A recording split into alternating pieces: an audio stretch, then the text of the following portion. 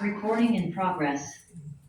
Okay, I'll go ahead and start the meeting. It's 7:02. We're in the city council chambers. Yvonne, can you call roll? Yes. George. Here. Buckles. Here. McElroy. Here. Hebert. Here. Hodgins. Here. Houston. Flynn. Here. All right, let's go ahead and stand for the Pledge of Allegiance.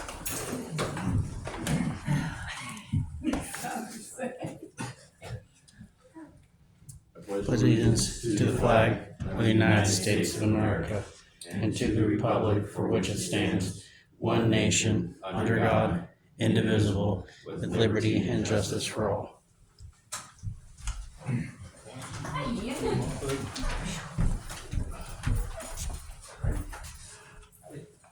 Okay. All right, do we have any additions or deletions to anything? Okay. Doesn't look like it. Well, there was some extra pages that we got for the packet here and there, agenda changes. Okay, Yvonne, do we have any public comment forms? No, we do not. Okay, all right, well, first up then, we have the sheriff's report. I know sometimes Sergeant Stoneberg's here. I haven't seen him yet. But that is on page 1.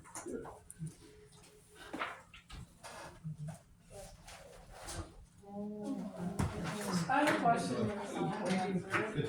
What does field investigation mean? Because there were 23 of them, so I was just curious what field investigation meant. If I was gonna guess, it'd just be like they're, investigating maybe the scene of, or an address or something. I would guess it's like follow-up. Okay. The ticket's been issued or that something's happened and they're looking into it, it's a follow-up. What you said to me. Yeah, because if you look at page 15, there's 23. So, I mean, civil papers is obvious, but field investigation. Follow-up is its own category, and there's 30 of those. So I was just curious. You know, ask next time they're here. Okay. Yeah. Sergeant Stoneberg's able to maybe help with it. Would be a question for him. Go ahead, Jim.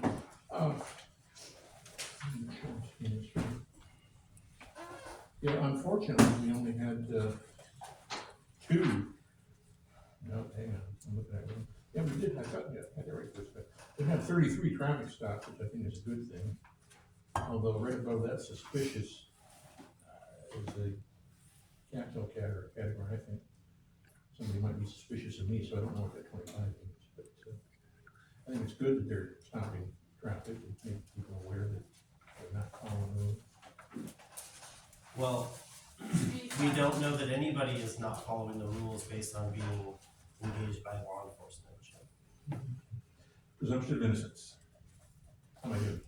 Excellent.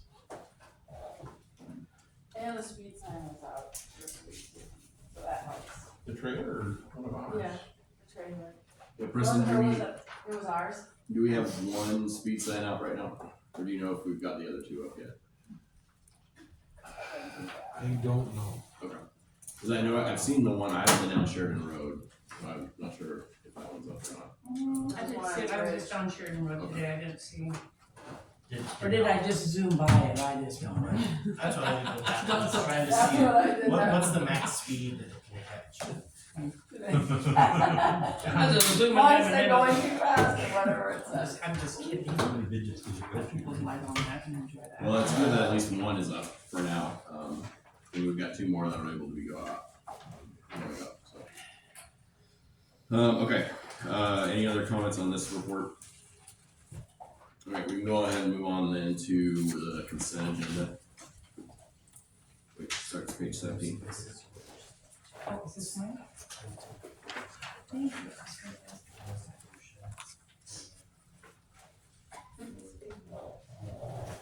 Any questions or? Go ahead, Jim. There was one teeny tiny minor typo that I caught in Amanda's take care of that. So, Okay. but other than that, I'd like to go ahead and make a motion that we approve the consent agenda as is. Alright, first and second, okay, any other discussion on the consent? I did have a question. Yeah, go ahead. Something to say, did you all notice the new, expense approval report? Yeah. It's very good, I took a deep look through it and, it pretty much tells you what you wanna know, but there are other reports available, and I'm sorry, Levon, I did not get the opportunity to, go through these like I would normally. Oh, no Those look- problem. Those look, a little more inclusive, and had I not been procrastinating, I probably should have looked through those and had a recommendation whether we should switch to those, because, as I made mention to, Preston and Yvonne, the description column of what these purchases were, the dot doesn't really give you a clue, and that one I can find here is a perfect example down on page 31, is the annual subscription of, it's like, so, just gonna check and see if it can be, although Tyler Tech is not, Thank you, Jim. Tech is not super duper friendly.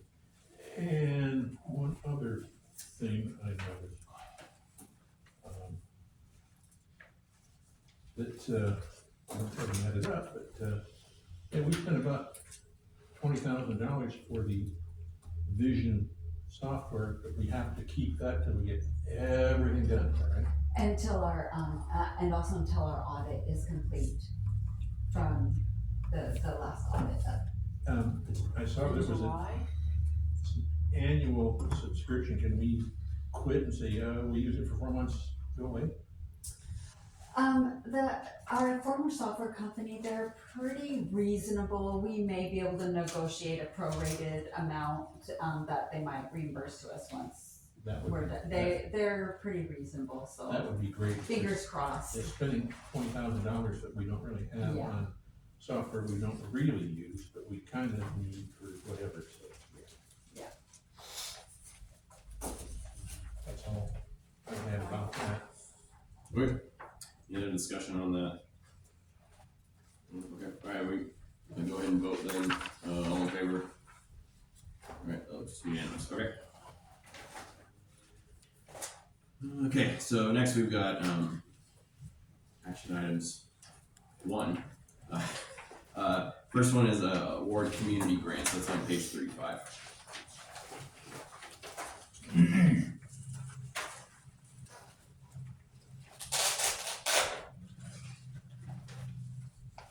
Oh, yeah, and the application was on our little side pocket.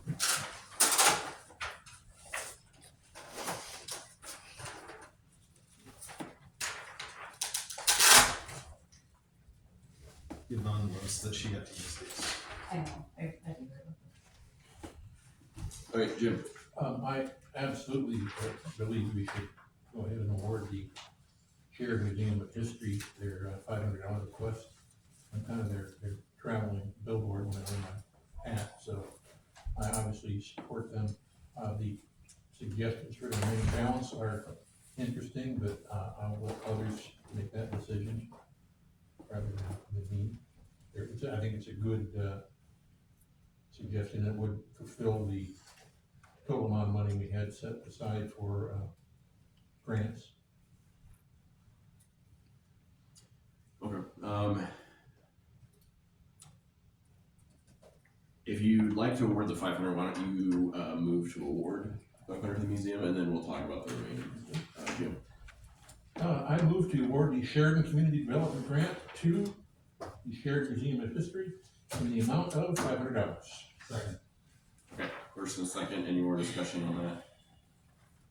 Okay, alright, all in favor? Okay. Alright, so now the remaining, which,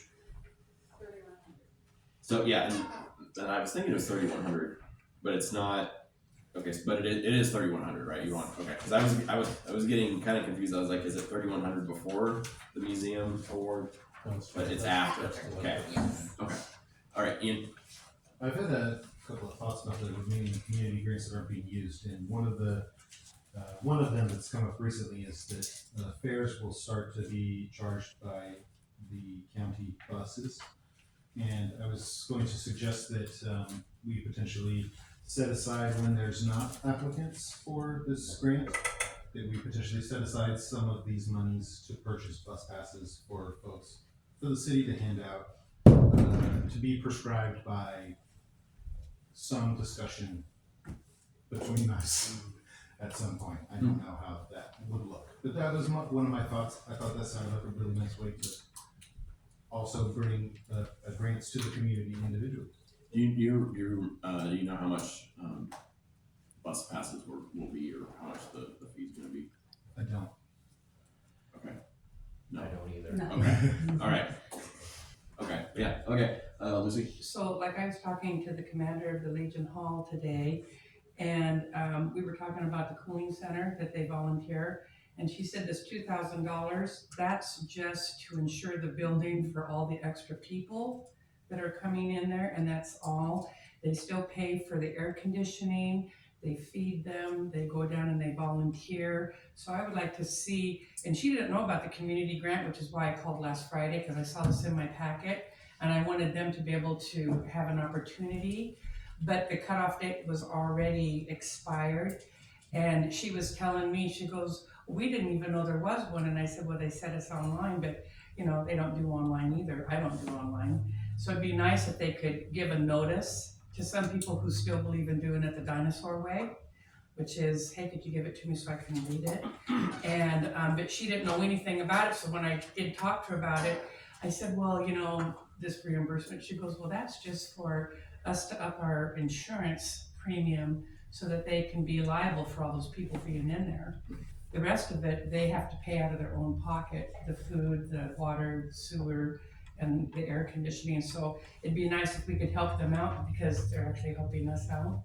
And that season hasn't even started yet. But like when they did, they would be ready to be open to assist the community for that. And they're just really kind of in dire straits with funds, you know? Jim. I wasn't paying attention. Has it been open? We've gone over. Not I yet. think one day. One, I think. Oh, was it? I thought they, Sunday and Monday, maybe 2 days last week. I thought Yeah. it should, I didn't check. I apologize if I'm asking now if it has already been open. It was last week. Originally, when we discussed having the cooling center there because we couldn't find anything, we agreed to pay them the amount to cover their insurance, which is a good thing, and I understand exactly what you're saying, that they're a little short on funds. And I'm not trying to be an ogre, but if the building's open on a hot, even not on a hot day, it's only 75 up, they probably already got the AC going. So, you know, that's almost a standard expense for that. They shut down around noon, and as a matter of fact, she said that, because there's a lot of people, not just veterans, that go down there and have lunches, and I found out that Joseph works down there, so he'd maybe be able to tell you from his arm, you know, elbow reach. But there's a lot of times that people who volunteer don't even get to have the lunch because they give it to the people who come in from the community, and they've been running out of food. So as we know, the food bank's only open twice a month now, and I've tried to get some extra food from Calvary Chapel, because I know they have like a little food run, and my brother takes extra food if they can, because they're just starting to run too low on everything. But they do continue to feed, and it's real nice, because the lady from the Lutheran church came by while I was talking to her, and she had some sack lunches, and she offered it to the Legion. I thought that was very good community cooperation, that she gave those extra lunches to them, because people were looking for food and they had already run out, but they got to give the lunches from the leftover from, no, maybe it's the Methodist, maybe it's the Methodist. Churches. Yeah, that lady. Churches That United. lady, sorry. Churches United. Yes. Julie? Julie, The yeah. woman who comes to chamber meetings. Julie. Okay, that woman. So hold on. So when we initially signed this It was, agreement, it was to cover insurance. yeah. So I'm thinking then that insurance money should already be allocated. That was So- my mind, yeah. So then this 2,000, I guess what I'm thinking is that 2,000 for the insurance might already be allocated somewhere else. I guess is what I'm getting at. That's what the contract said that we did a couple of years ago. 3-year contract, Is it 1,000 a year. is what, Oh, when $1,000 I a year. talked to Right. Bobby, she said when Heidi was here, they set up a 3-year contract, and Tyler, maybe you can correct me on this. 3-year contract, $1,000 a year for insurance to help with the cooling center, is that correct? I don't remember it being more than one. I don't remember it being a multi-year agreement. Oh, okay. All right, Jim. I don't remember what you said, the 3-year versus 1 year. And right now, we don't know and we can't just pull it up because that kind of stuff doesn't just get pulled up. I think maybe we should, can we still award, 24, 25 money in 25, 26 fiscal year? Can that No. be done? Can't be done. So it's tonight or never to get this money. Well, what I Go ahead, Preston. would suggest is, if you wanna pay the insurance again next year, approve this tonight. And then encourage the Legion to submit a grant to help with other expenses. And that comes out of next year's money, come July, or whichever quarter. But, approve this one going forward. Okay, Ian. Lucy, did you say that they said they didn't know about the community grant? I asked her if she had, applied, well, I said, did you know there's a community grant being issued tonight? And she said, no, we didn't have any notice, but she doesn't do online stuff. So it'd be like me, I didn't know about it either until I got my packet last Friday. And then I scurried over to try to get it, but Yvonne had taken the day off, and so whoever was taking her place, tried to fill it in for, it was Omega, and I was grilling on that thing. And then when I talked to Bobby, she said it cost $2,000 just to insure the building for the cooling center. So that's an up in what they normally pay, but I had gone to her originally just to see if we could get extra funds for the food and for other necessities that they use. But then we kind of went over to this cost for the cooling center, which I might have misplaced that in my memory somewhere. So that would be over and beyond that, but I didn't know it was 2,000. And then I thought it was only 1,000, like Liz was saying. That was 1,000. But then again, if anybody would know, it's ragu, and he knows for sure. And so that's why I just wanted to bring that forward, because if they don't, I will manually take a piece of paper down to the Legion and say, here's when you need to apply for your grants if we don't have any other way to supply it to them, because they're kind of busy taking care of a whole lot of needs in the community. Ian, go ahead and continue. Oh, I'm sorry, did I not? No, I think he was gonna follow up. Yes. Yeah. I'm a little confused as to why they didn't get it in before, because they have applied for this grant before.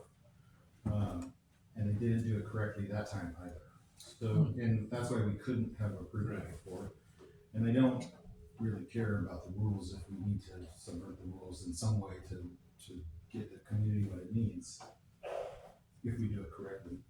I would like to see them apply in the correct manner in the future, if they're gonna ask for the city for funds. And I think what would probably be helpful then for them is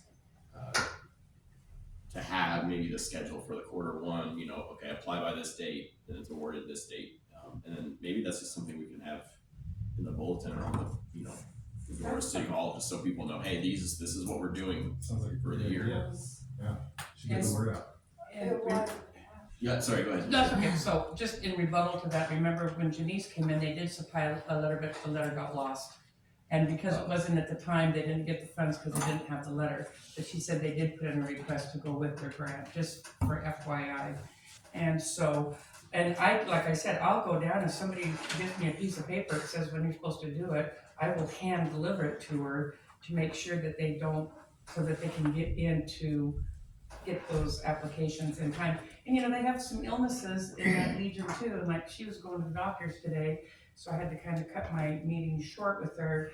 But I just wanted to be able to, they do a lot more than just this with our veterans, I'll tell you that, because she filled me in this much, and just a new awareness for me personally. Okay, unfortunately, we've reached a new normal where prices go up and available funds decrease. The food bank, as Lucy mentioned, is a great example of, I mean, that has been a hard source for people in this city. And now it's down to twice a month versus every week. And I understand that, the American Legion will be feeling that as well. And I'm not saying don't give them any money, I'm not saying that at all, but I'm saying they need to be prepared to find some funding other than us. Not that they aren't, but this is gonna keep going. I can see potentially, because of drying up the funds, maybe the food bank might even go once a month. I mean, things are bad. Yeah. And we're not the only ones that want to help, but we're limited too. We're gonna talk over the budget later. There's not got a lot of free money to pass out. Wait, Liz, Well, I'd like to go back to your question, Joe.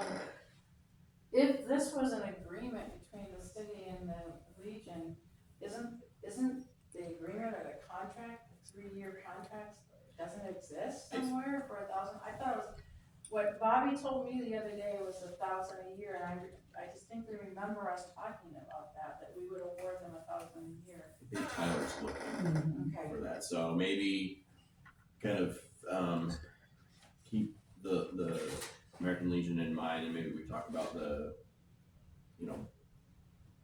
the other amount of money, 1,000. Yeah, if we wanna do the chamber amount.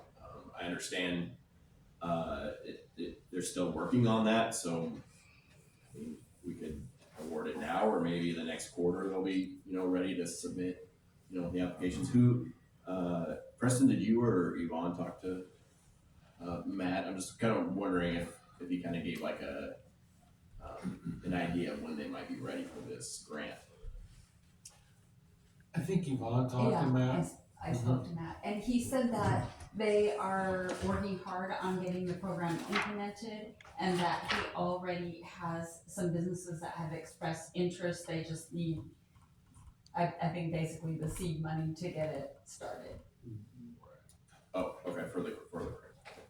Okay, Liz? So is this the same thing that the Sheridan Revitalization Committee is doing? Because they have the same grant going on for facade update or Well, improvement. yeah, they did a similar grant, and it's already done. I don't know how often they're gonna do it, but they did have a grant open and it was awarded. So this is a separate grant? Yeah, from Okay. chamber, so Okay. I think revitalization and chamber are working to give out this similar grant for facade improvements to businesses. So one business would get the whole 1,000 in order to paint or whatever they could use the money for? So I think it would, well, I guess we're looking at 1,000 to give to chamber for these grants. I guess it would be to chamber how many grants they're handing out, because the idea is for them to match it, or have additional monies. But things like this, if we want to wait to award that until these questions are answered, because there's some unknowns with it, I think it wouldn't, be a bad thing to wait, even until next quarter if you want to, award some of the money. Ian, I think you're next. Actually, I think Jim was. Okay, Jim, go ahead. It's always tough. I have issues trying to decide who's more worthy. And both of these are good. To get our downtown area looking good, absolutely great. To help people, absolutely great. If we put off until the next quarter, this Chamber of Commerce grant for their matching funds, max we can give is $500. So we've got a little more something to give if we decide to do that. I see. And if they're willing to match that, so we're saying we want to see at least $2,000 worth of help for our downtown businesses to be able to spiff up a little bit, because Lord knows we need the downtown area to be spiffed up a little bit. So if they have businesses that have already expressed interest, that's a good thing. Again, I can't say who's more worthy. Everybody's worthy. We don't have free money to give, so I don't know what to say other than this is a tough call, and I don't want to make it. And give you the input that both are good causes. Okay, Ian. Frankly, I think we should look at this maybe at a slightly different angle, which is, I mean, do we really need to give like this money to the Chamber of Commerce to then give to these businesses? Like, can we use this money in a different way to approach the problem in the same way? The same problem in a different way. Like, can we award these grants directly to them for these purposes, and then have our own folks say, yeah, they bought $50 worth of paint and spent this much in labor or whatever. That seems to be a reasonable way to spend this money, and potentially setting aside some of it as well for things like Angela's request and some of those things. It seems important to make the city, again, I think we do need to try hard to support the city, but we also need to, I think, make it an attractive place to live.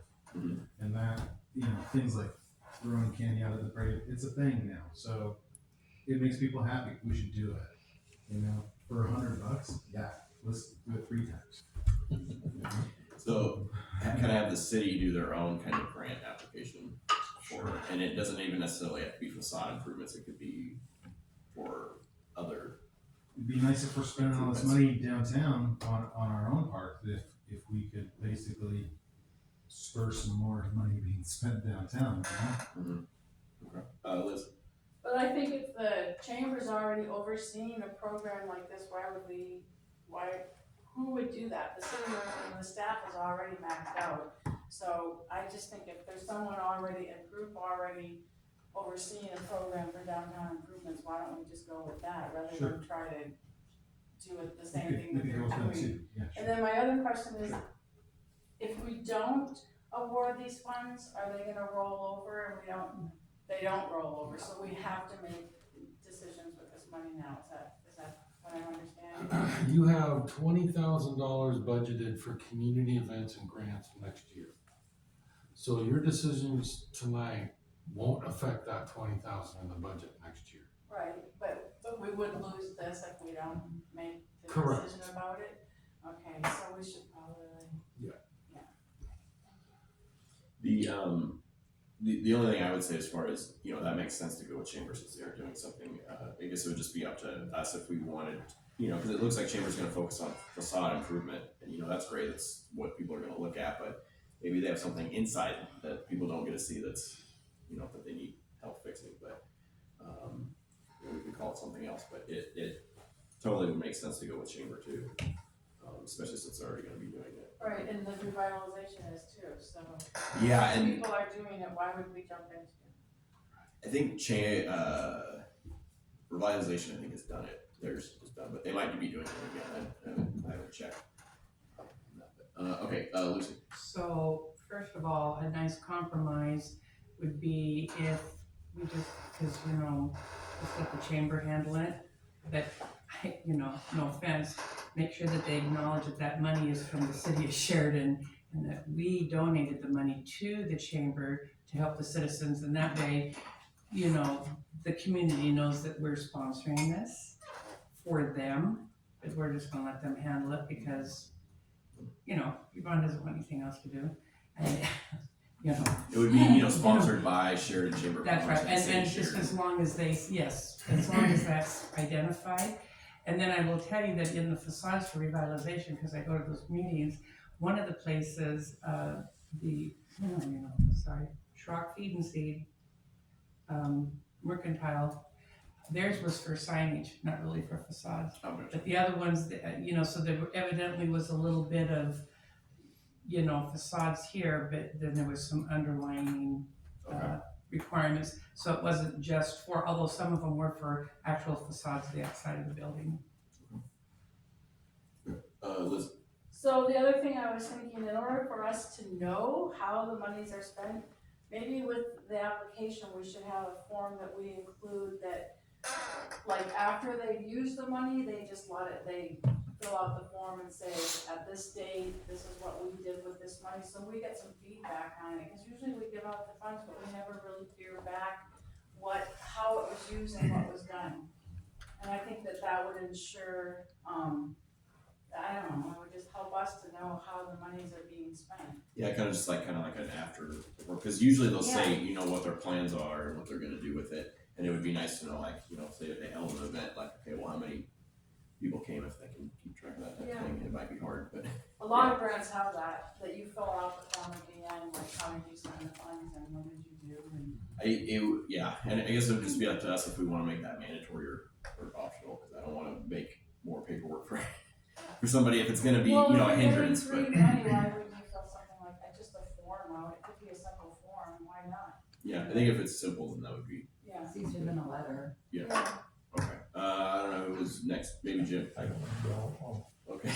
I'm last. When we set up the program, if you get a grant, you must give us a letter back. It isn't an option.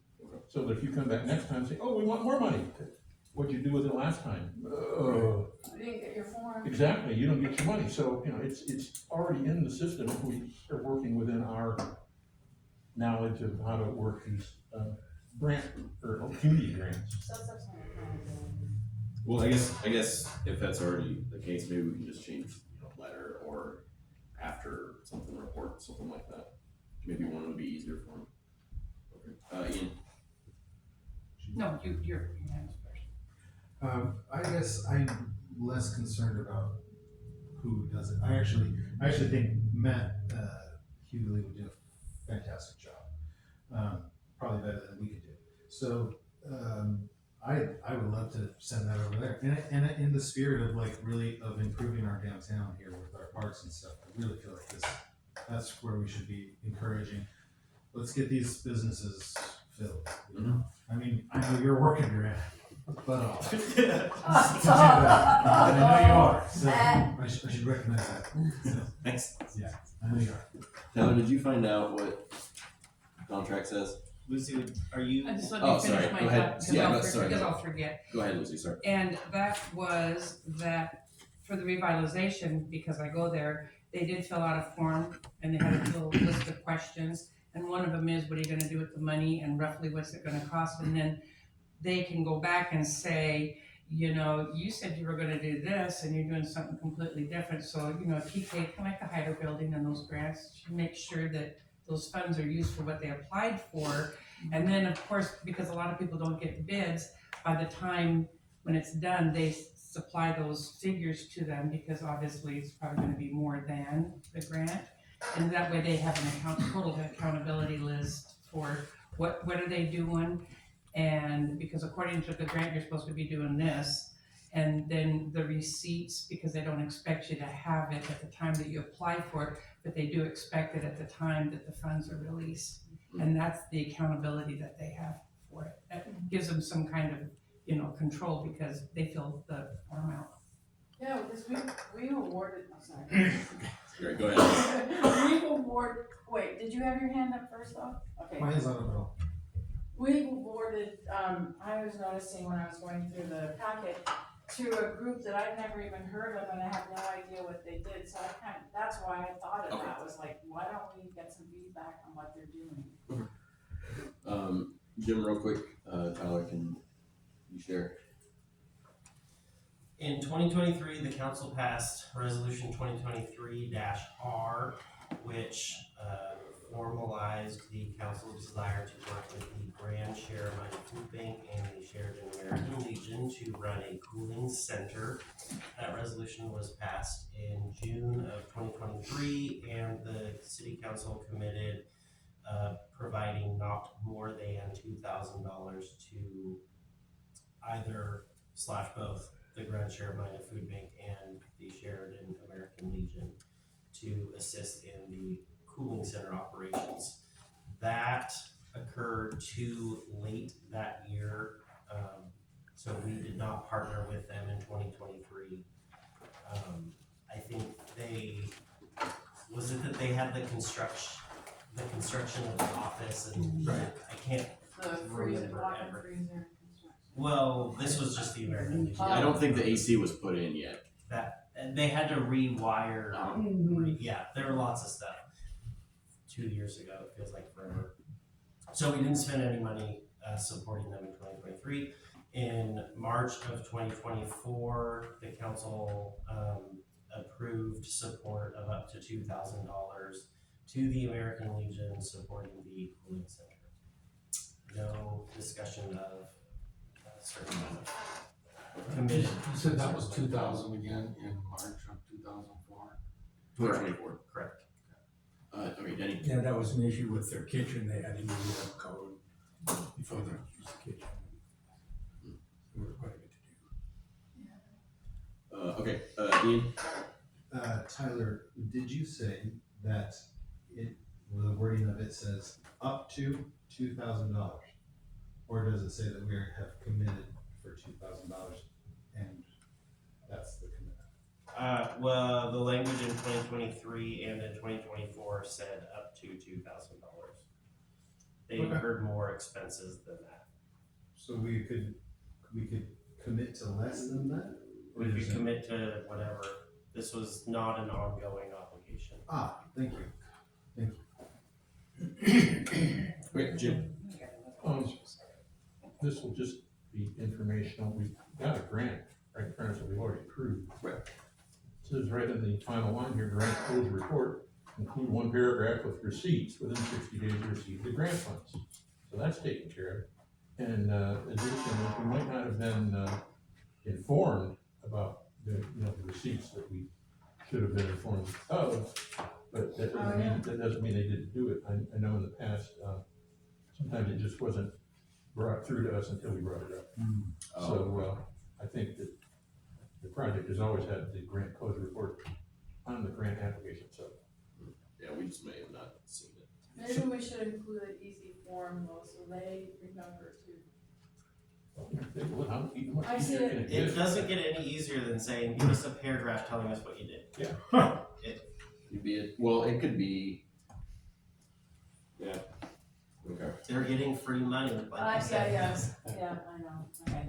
All right, Lizzie. So, is it possible to, because if we're going to ask whoever's gonna have the cooling plant, the cooling center, is that something is that something that, cause to me, that's almost like renting a space.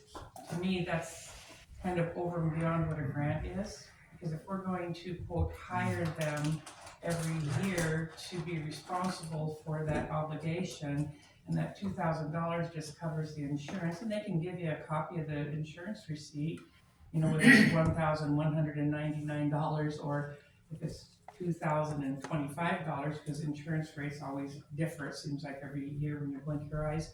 And then that way we could just eliminate that whole process from the grants and keep it separate, because all that money is gonna do is cover the insurance for the people.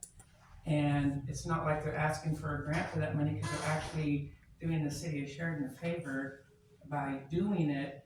To me, grant money is something that you could use to, like, fix or get the food, or, what I mean, those kind of things. Because it just saves the city a lot of time and trouble by providing the shelter during that hot season. It kind of sounds like maybe this year we didn't have some sort of agreement with the Legion as far as the cooling center. They still have, everything in place, and I think they're still gonna run it, but it almost sounds like we didn't have, an agreement either with them, or maybe the council didn't make a decision on that. But did we have some sort of IGA with them, or anything like that? Okay. So it sounds like at least last year we gave them some funds, but this looks like this is the first time they'd be receiving anything from the city. So we might want to. No, they got $2,000 last year. Right. I mean this year. This fiscal. So I don't know, we might want, if this is going to be an ongoing thing, which it's gonna always be hot in summer, so we might want to actually kind of formalize this a little bit more, some sort of GA or contract or something, but so that this doesn't happen, in the middle of June and we didn't give them money for insurance. Well, maybe we could do something kind of on an offbeat, like, the farming contract, have it from year to year, and then they submit the receipt for the insurance, and then that covers it for this year. If somebody comes into town and has this great big building that will suffice all of our needs, then you could opt out to, use another facility. I mean, if that makes everybody feel better, because it'd just be from year to year, because those insurance rates could go up also. And it would just be to cover that within approximately, whether they drop or not. Okay. Yeah, that might be a good thing to work on for next time. Okay, Danny. If I can go back and look at some notes, but the food bank and the Legion agreed to do this cooling center, and we agreed to help them with the extra insurance. So it's not a city project. Yeah, we started it off that way, but it turned into Legion and the food bank are gonna work together and provide this, just as one of the churches provide lunches for the kids. It's not a city thing. It's a nonprofit church for these organizations. But yes, we need to help them. There's no question. Our agreement was, okay, if you guys are gonna do this, we'll kick in for the insurance. And I don't see a thing wrong with that. Right. And that's again, it's not a city project. Okay, Ian. I think if we're gonna lend support to this sort of system, I'd like to see it run in a different manner through the food bank or maybe the United Methodist folks that seem to know everything and run everything in this town, their organization or some organization of that manner. One that is meant to act in such a way that is specific to this, providing this service to the community.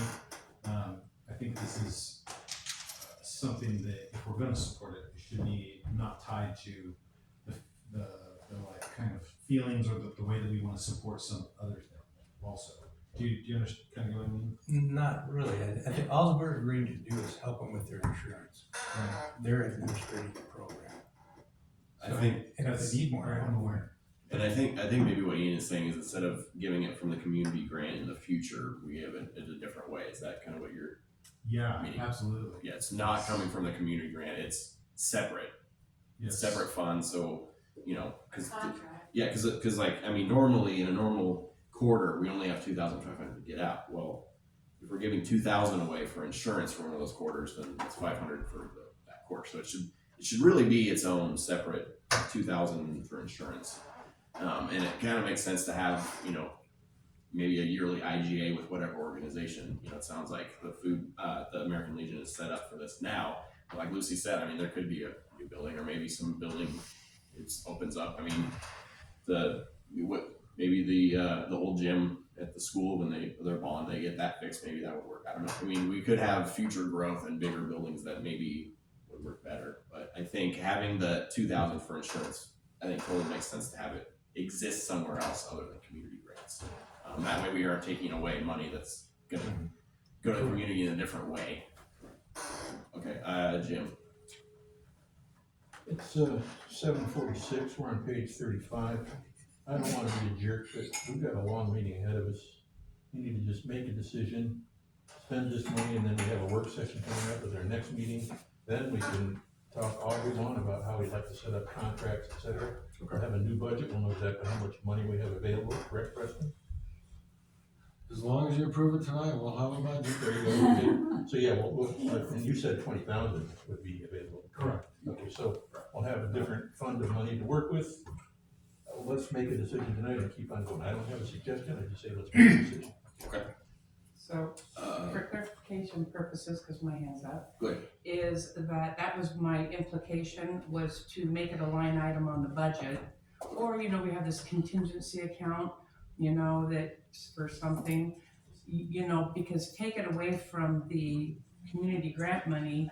And if I didn't make that apparent, that's what I meant, to make it a different line item altogether, so that whoever, because at the time, remember, we were, the sky was falling and everybody was running around town about the homeless not having a place to go, and nobody really wanted to supply any kind of cooling because everybody was afraid, whatever. And so the Legion Hall stepped up and said, hey, look, we're gonna help you out in this area, because they were going to the library and people didn't want them really in the library, blah, blah, blah. So I think if it's a line item separate from our community grants, then it would still leave that door open to be able to help like what the museum's doing, or if somebody needed, funds, just like what we used to get.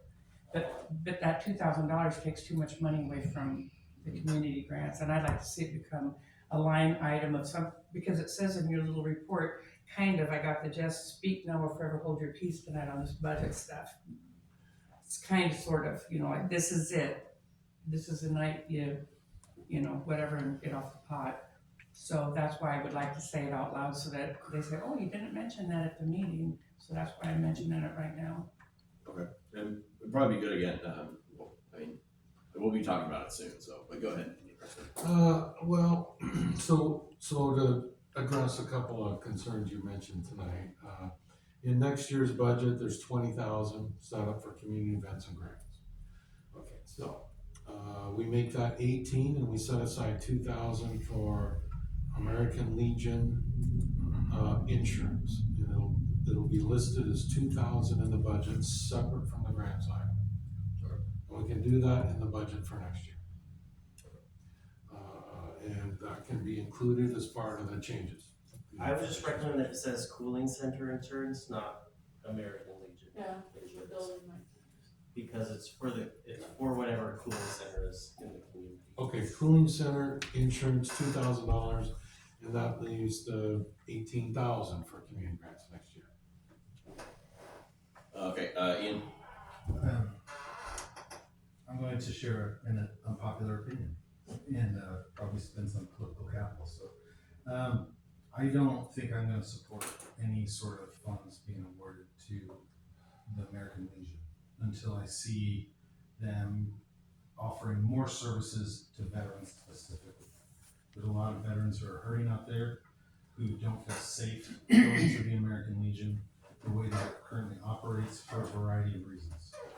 And I don't want to go there. And as a veteran, I feel like it's my duty to speak out and say that I brought this to Bobby's attention, and I don't feel like she offered for me to come through and look, and I didn't go. I have to be honest. But I'm probably not going to support the American Legion itself getting funds until I see them offering more services to veterans specifically, which I think is their mission, and they don't necessarily agree, and that's fine. Jim? Preston, you indicated that we're gonna have a supplementary budget meeting to change the numbers in the budget. Yeah, when it all gets reconciled, is we're talking 45 months from now. Correct. So we've gotta get through this tonight, folks, just make a decision and go with it, because it's 10 to 8 already, and we're only on page 35, this is gonna take a while. Okay, Jim, was that it? I'm not gonna make a motion. I will. What you got? Okay, all right, let's go ahead.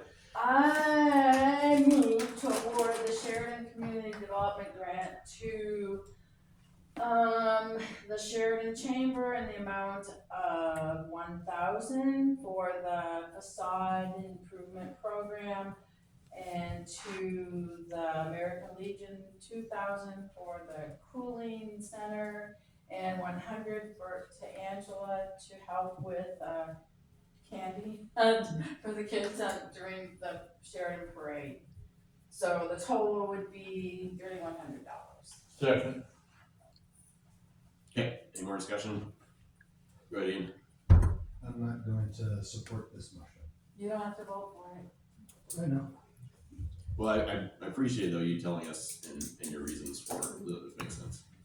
I'm a veteran and I'm not voting for it, so for whatever that's worth. So I would suggest that you maybe familiarize yourself with some of the services that the Legion is providing, because my son's a veteran too, and they are doing great things in the community to help these people who are in very traumatized situations. So I would encourage you to have that discussion. You don't have to, but I do know that they have been doing things that are in the works, and I support it completely what they're doing. But it's very, very difficult what they are doing. And a lot of veterans are not in really good, healthy condition.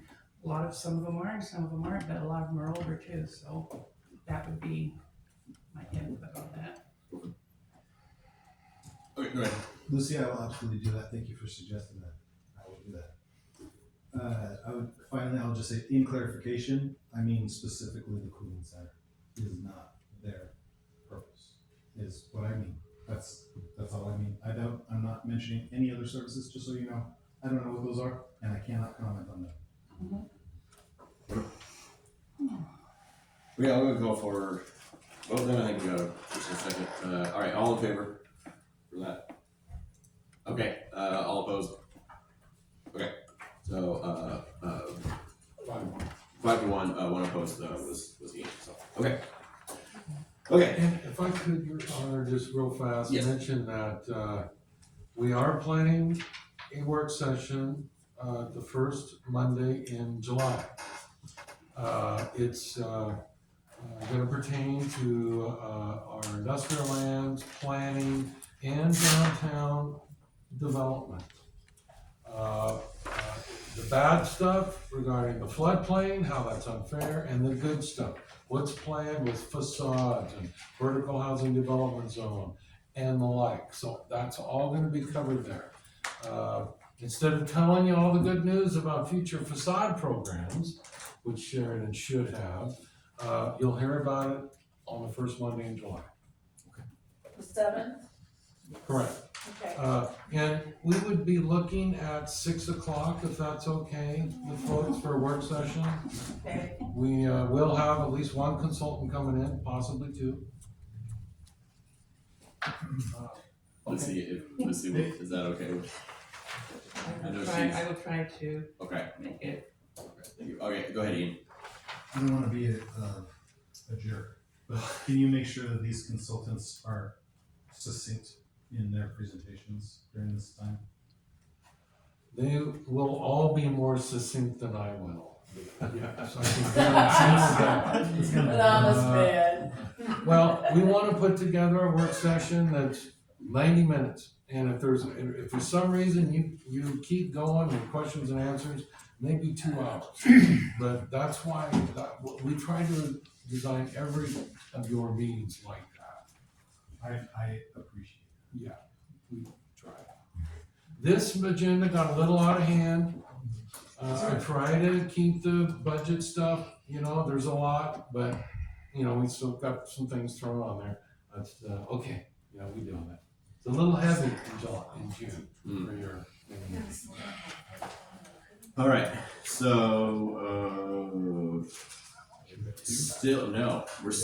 still action item 1, number 2, resolution 2025-E, which is, page, It's the, not in the packet. it's Okay. on the packet, so on your desk. On the desk, okay.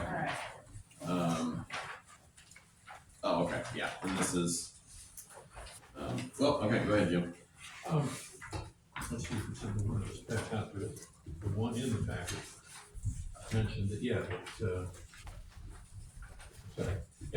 we're gonna be paying back federal and state taxes related to, payroll personnel services.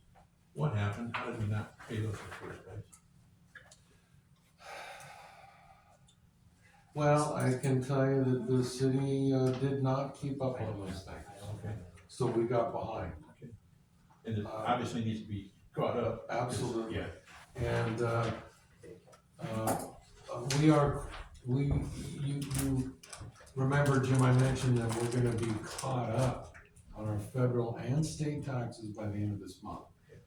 It's a big milestone for us. Excellent. I like that that's gonna happen. It's sad it wasn't caught along the way. But that's right here, on this one, it's right here, payable activity, blah, blah, blah, blah, paying back federal state taxes related to payroll personal services. And the council's decision to hire consultants, M&S Professional Services, which is the finance administration. So, okay, go ahead, Jim. We could still have a discussion, but looking at this, we need to get our taxes paid. We have the money to transfer. So I make a motion that we approve resolution 2025-E, a resolution authorizing transfer funds within the adopted city budget for the fiscal year 2024-2025. Second. Okay, first and second, any discussion on this? So Go ahead. is this the time that I would want to ask about the different funds here, like, and specifically, like in the park, because I was trying to figure it out on the, the one that you sent in my email. And I had questions about the development along the river in regards to the 3 parks. And the amounts didn't make the same amount of sense as what when we were talking at the budget committee and then at the city. So as long as I can ask those questions and you can't say, oh, too late now, we've already passed it. Just let me know when that is. Never too late, Well, but it could be any of these other little times, because it says, it talks about fiscal year, quite a few Right. different It's not places. this resolution, Okay, you see, it's the that's- budget resolution later. That's Yeah. what I needed to hear. Thank you Yeah, very much. we'll make sure you're able to Thank you for voice those. translating for me. But, I yeah, speak Lucy. that'll You speak be, Lucy, thank you. that'll be a little later That's under okay. action item 2, Nudge number me. 3. So, This okay. is the time. Gladly. So, this one is just certifying or authorizing the transfer of funds. So, Ian, go ahead. Why are we transferring these funds? why? Well, there's, like I explained on the second page, the reasons why were, as Liz mentioned and Jim, but the reason why is there's a danger that those 2 categories could be in the red by the end of June 30th. Yeah. So, the general fund administration, personal services, and M&S within administration. Yes, and why would it be in red? Because of the expenditures over the course of the year. What are those expenditures? Those are, in terms of personal services, it's paying back federal and state taxes. Okay. In terms of materials and services, it's hiring consultants. Right. Myself, our CPA, working, those all comes out of M&S. So we, Oregon budget law requires that we be diligent in trying to be in the black in all of our categories. So this is how much of an increase from last year for outside services? From the current year's budget, this is, would be 15,000 more than what was budgeted for personal services and 20,000 more for M&S, for a total of 35. And it's taking it out of contingency, so it's using budgeted monies from this year, shifting it around to cover those 2 categories that might go in the red by the end of this year. Okay, Taxes that weren't paid. okay, right. Correct. Okay, thank you. Okay. Any other questions on that? Otherwise, we have a first and a second, and I can call for a vote. Did you get a second on that? Yeah, Danny. There was, okay, all right. Sorry. Okay, I'll go ahead and call for a vote on this then. All in favor? Okay, all opposed? Abstain? Okay. One abstention, Ian abstains. I don't know how I'm looking at it. So, Oh. not voting. The next we have is public hearing, and I have, Page 39. yeah, page 39, and I have, yeah, and I guess I just start now. We'll start. I need something to tell me the time. All right. It is June 16th, 2025 at 8:02 p.m. and I'm opening a public hearing regarding the city of Sheridan accepting its portion of the state revenue sharing. Are there any questions for staff at this time regarding this matter? At this time, if there are any members of the public here to speak in favor, please state your name, city of residence in your statement. If there are any people who wish to speak in opposition, now is the time. Please state your name, city residence, and statement. Lastly, if you wish to speak and are neither in support or opposition, but wish to speak regarding state revenue sharing, please do so now and state your name, city of residence, and make your statement. Okay, with no further comments, the public hearing in the matter of the city of Sheridan accepting the state revenue share is now closed. It is 8:03 p.m. Where's my agenda? Okay. So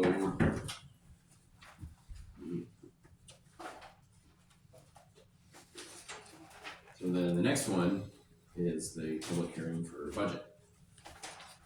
So it is June 16th, 2025 at 8:03 p.m. and I am opening a public hearing regarding the city of Sheridan's budget fiscal year 25-26.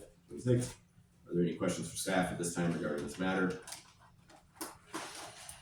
At this time, if there are any members of the public here to speak in favor of anything included in the proposed city's budget for fiscal year 25-26, please state your name, city of residence, and your statement.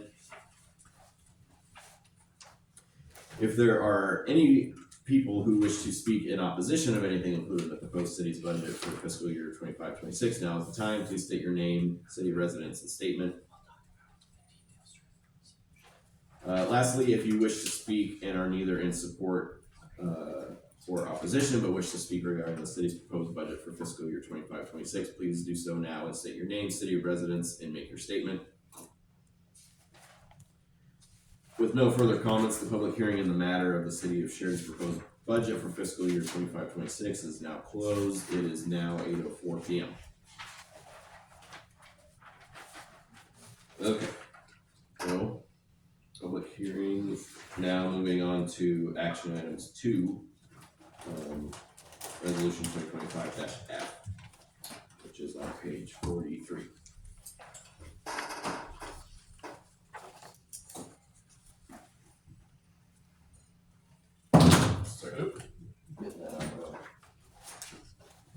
Liz, go ahead.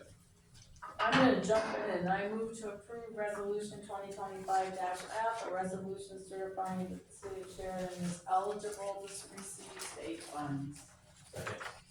Okay. First and a second. Any discussion on this? Okay. We'll call for a vote then. All in favor? Okay, that's unanimous.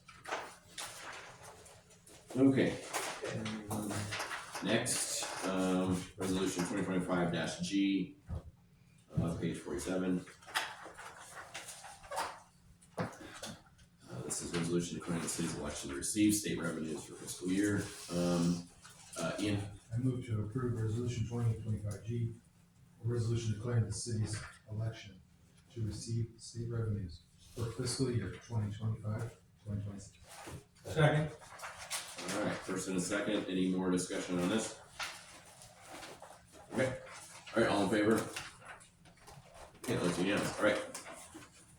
Next, we have resolution adopting the budget for fiscal year beginning July 1, 2025. Lucy. So my questions on these amounts listed in email, just for clarification purposes, in regards to, it would be page 15 in this little budget book. CIP? So, on that page, it talks about specifically the plaza and capital projects, and then the Morgan Street parking lot.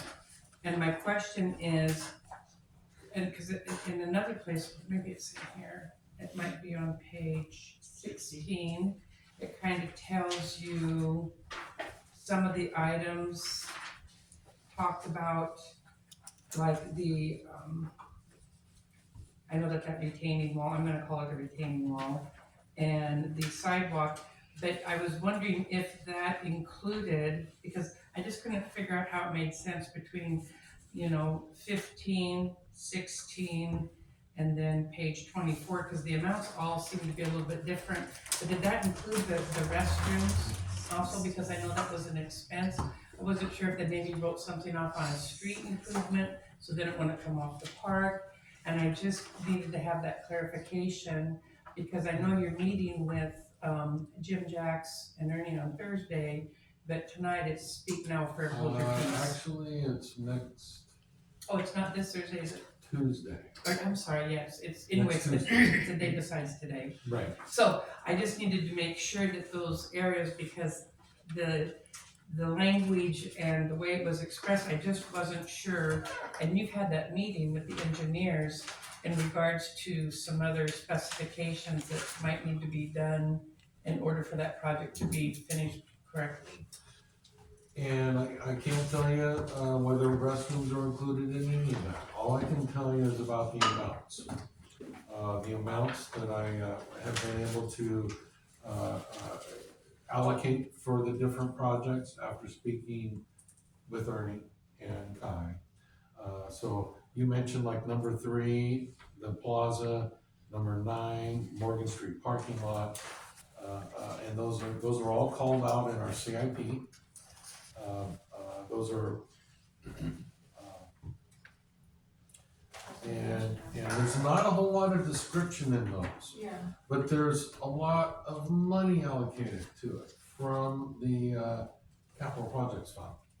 And so the purpose of the meeting with Jim and Ernie next week is to, and Kay is gonna be there, to verify the amounts and what needs to get done for my own purpose to see where we're at on the design, but to see what the readiness is really for these things and what's in there and what's not. To make sure that our parks master plan has good dollar amounts and a brief description so Jim can finish off the update to our parks master plan. Because between Ernie and Jim and Kai, we will know how to update Jim for that, and that can get done and come back to the planning commission probably, hopefully in August. And that'll be done and reviewed at the planning commission, and then it'll come back to council for final approval. That's the parks master plan. So the details I'm not familiar with, and I have not heard restrooms being included. That doesn't mean they're not. Restrooms in the parking lot In the park. for over here? Either one of these, Okay. I'm not aware of it. Lucy, are you talking about the restrooms at Southside, or are you talking about over here? Morgan Down here, Street. because on Morgan Street, when they're working with getting, and, oh, he was here, Kit was here, for the tourism part with the, entering in Grand Run, Willamette, Sheridan, Amity, I think one of the qualifications was that there has to be, the parking, and there has to be restrooms. The river. And for the river access, Yeah. which is a different little subdivision of this parks, that Kay's part of that one that I go to. And so there's a list of requirements in order to be put on the map for tourism that they needed to be provided for. And I know at one time that those were all included, but I can't make sense out of it. I can't make sense out of it either. But Well, I I did mean- know about it, I believe, because they put I think 100,000 on the restrooms alone, which is crazy, but that's, I think what they said, when they were talking about that service. I think my guess is that the restrooms were included because I remember the bid for the parking lot was less than the 600. I think it was like, it was like 425. So maybe that changed a little bit and they added the restrooms, I don't know. Okay. Okay, well, that would be good to know, because I called her and I said, does this kind of include this? And he said that he wasn't sure either by the way this was written up, but it could have been that they just didn't put the item in there.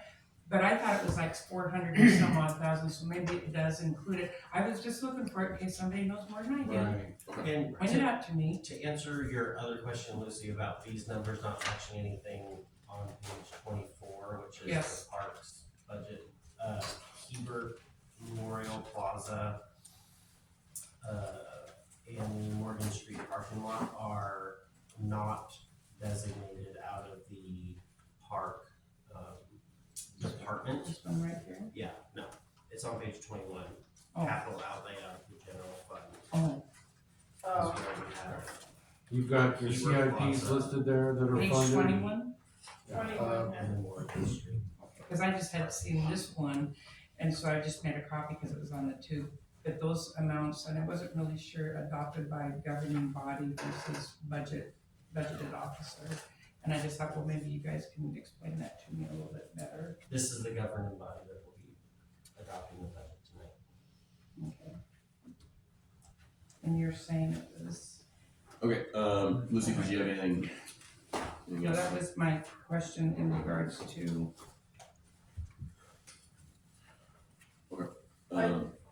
Liz, go I ahead. just wanted to piggyback on what Lucy was saying real quickly. When I went to that river access meeting with, the state ran that meeting, we do have to have restrooms in order to get state funds Okay. to get river access. And porta potties don't count, it has to be If restroom. they have to be restrooms, yeah. Okay. Yeah. Okay, thank you, Liz. okay, any other questions about the budget? This is the whole thing. Ian, go ahead. How much are we spending on outside services, and how much more are we spent this year, and why? Is that a line item? It's a question. I just want to put that in.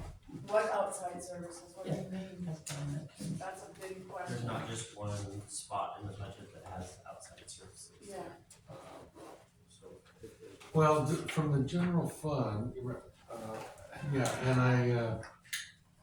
I sent that out and broke it down for council. I don't have that from me right now, but, 22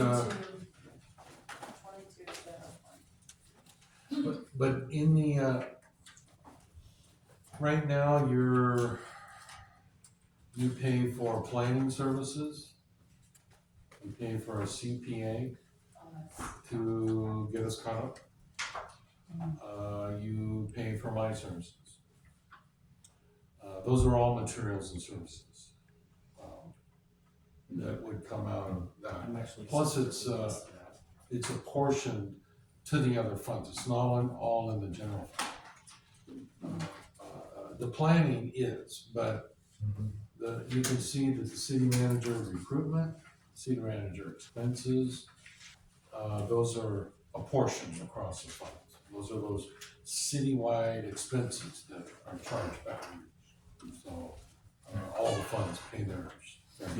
So, and that's some outside services exist there, right? Because I know Tyler, Correct. In a different Tyler's spot. another- Correct. everything for COG, is it the same location for outside services, or are they kind of broken up in different funds? They're broken up. Okay, Yes, they are broken up. And, my expenses, the city manager recruitment type expenses, those are all a portion. Transportation is that under COG too? Well, Liam, the city planner, but transportation in particular, I think that would just fall under, Liam, basically. If you do, other things like the judge is also outside service, judges services. We got other services that are not professional that are outside, like custodial and things. But professional, I think other than the municipal court judge and Tyler, I think we talked about all of them. There's, You also have like your DRC for your water You bet. department, the DRC is all outside services. correct, yes. What's DRC? The direct responsible charge for our water system. Water and sewer, whoever holds those certificates outside the city, we pay for ongoing certifications, that oversight of our operations. so Ian, the difference I think this year than last year would be the addition of the interim city manager funds, the CPA, and Jensen. And I believe that's it, because we've had a planner for a while, we've had, the grant services for a while. and we've had Tyler for a while, even before Tyler was here. And we've had, well, like the custodial services for a while. So the new ones are, yeah, the CPA, which should be done, 4 months, maybe 5. and that's just to complete our audit and because of some other. It's to complete the audit. Well, no, it's to complete the reconciliation of last fiscal year, and then reconcile the rest of all the bank statements and stuff to finish off that fiscal year. Then it can go to the auditor. They do their work. That's all got to be reconciled with our year end and our budget that gets adopted. That again is our CPA doing that work. And at that point, we got good numbers. You know, we're saying 4 or 5 months from now. And then the CPA, we wouldn't need to contract with the CPA anymore at that point. Correct. Okay. Once you're caught up, you're good. Okay. Yes.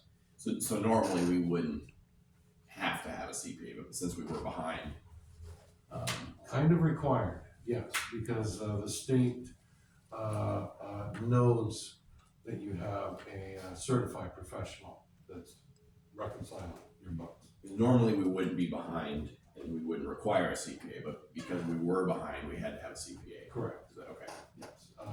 IT services are also called out as an outside service, but they're not professional service. They're actually listed separately, IT. Is that right? Mm-hmm. And that's a portion across, yeah. So that's another one, you know. And we're paying for 2 now, right, during the transition? Yes, as we're offboarding one and onboarding the other one, we sort of have that overlap, unfortunately. Okay, Okay, that answered your question. Ian, do you have follow-up question on the, Not right now. not right now, okay. So Okay, Lucy, go this, ahead. this covers the, plain language of receiving, not, like having somebody, because we needed a replacement for that, and that's what this interim is also. To do our books for us, to do our payroll, to do like what Stacy was doing. We are enlisting Marissa to help with that. Okay. We're also possibly looking at some other person to help with beyond payroll. So really Marissa's gonna be more helpful to us now the payroll's behind us. So some of the other things. So there's gonna be some of that. You bet. So the CPA is really more just dedicated because of the audit situation? Yes. Okay, not because of a staff member or anything like that, it's the audit. No, Sarah, our CPA, is helping to advise as we go through and transition to Tyler, the new system. Tyler Tech. I keep thinking Yeah. That's why I But, tried to get you guys to call it Ty Tech like a year I ago. believe this is out of saying TT. Hey, So Sarah helps us, advises us, but she's not really doing that work.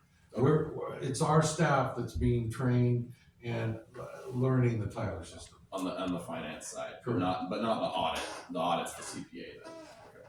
That's right. Okay. oh, So are you asking for a question on the entire budget right now? Is that what you're asking? Yeah, questions, suggestions, anything that's preventing you from. I have several, unfortunately. Okay, go ahead. I knew that. What page? Let's see, in the budget pamphlet, I guess is the best way to go. Page 21. Proposed, I'm gonna go column by column on this, and starting with capital project, which is 64311. The original proposal from the budget officer was 1,329,000, et cetera. The budget that the committee approved, 679,000 and change, and now we're gonna, it says adopted, but we're going to adopt down to $126,603, which is a difference of $1.2 million and some change. There's a lot of things like that in this budget that show large change. What's the story, Preston? Well, the story for the general fund is, you can kind of see down there on page 21, under capital outlay, those projects you see that were added after the budget committee was approved. I laid out the projects and budget committee said, yeah, these are the amounts we need. And so that was all from the capital projects fund. Those are the Herbert Plaza, the Bridge Street. So those were all basically discussed at the budget committee approval. So that they did that at the meeting, and so it's listed there in your last column. Okay, that makes sense, and I do have a question about those projects. Can they honestly all be listed as the same line number? You've got them all 72s, and I'm thinking, well, how do you differentiate when you're, spending money? Oh, it's on 722, no problem. Oh, that was Right. for the Bridge Street, not. Right. Well, and if I had more time to do the spreadsheet for the CIP, you would see each number listed with all its funding. Okay, itemized. That's not there. So what I've done throughout the budget, wherever those CIP projects are, I put them in parentheses, just so anybody looking at it can see. And whenever something's in parentheses like that, it relates to the CIP. In future years, people get used to seeing it, and it might say CIP number 4 on there. And so you'd refer back to CIP number 4. For now, that's just more of a description. But trying not to commingle CIP numbers in their funding. That's why it's called out in different amounts. Like under capital outlay, there could be one big amount for all that, but that's not helpful. That doesn't describe it better, so I break it up. Each CIP having their own line item is better to track that way. And Tyler's really the ultimate software system. We put in Tyler Tech. Well, it is I know, confusing it was because Tyler. I was Preston's ultimate financial software system no, on Friday. no. He was on Friday a little bit, yeah. So Tyler can set up all those CIPs on all those different line items by project, and it's you can't do that with a budget other than a summary sheet, and that could have been better. I improved it a little from the last one, but it's not as clear as a normal budget process. This is not a normal budget process. We'll get into that. I got more, I'm sorry. Oh, that's okay. On page, packet page, or budget packet page number 24, the bottom line on total for parks is the same across all 3 columns, but there's been a lot of shuffling of funds inside where you dropped off $20,000 or $200,000 under the Oregon Parks grant, which to me seems like, oh, we're not going to get that money, but we must, because at the bottom it's all there.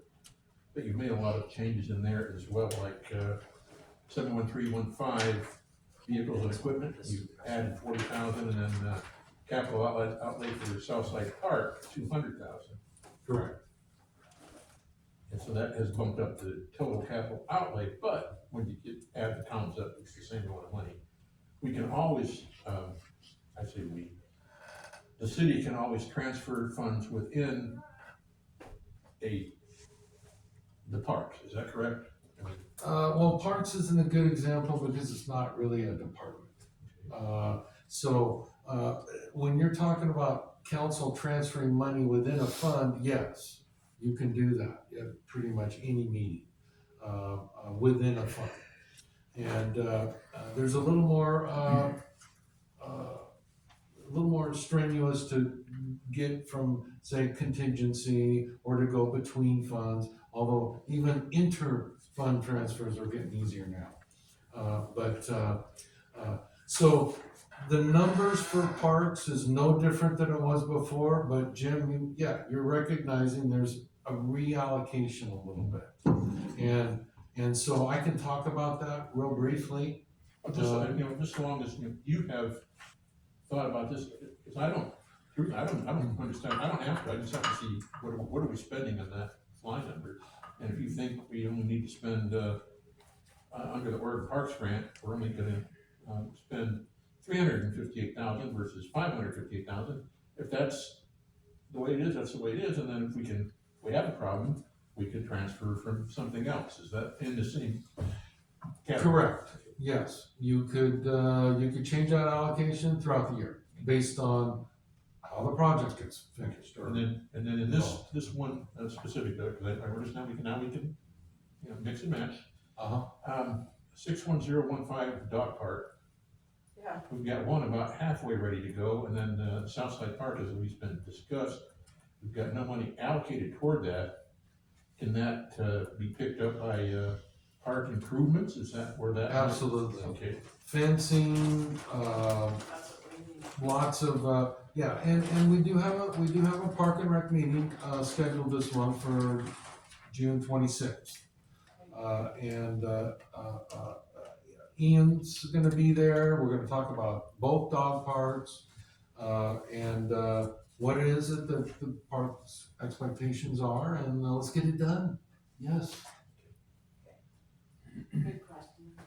And then moving on to page 28 in the budget packet, under vehicles and equipment, 2745 and 2750 new public works building project.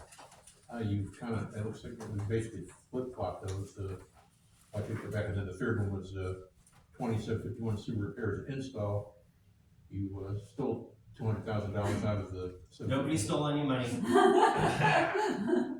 You changed the sewer repairs and install $200,000 different, and added $100,000 each to the vehicles and maintenance equipment, and then the new public works building project. Correct, yes. And since we could, since it was different, why would you change? I don't care. We're asking this. Well, and also understand that all the public works changes were discussed with Kai. So in this particular case, with the vehicles and equipment,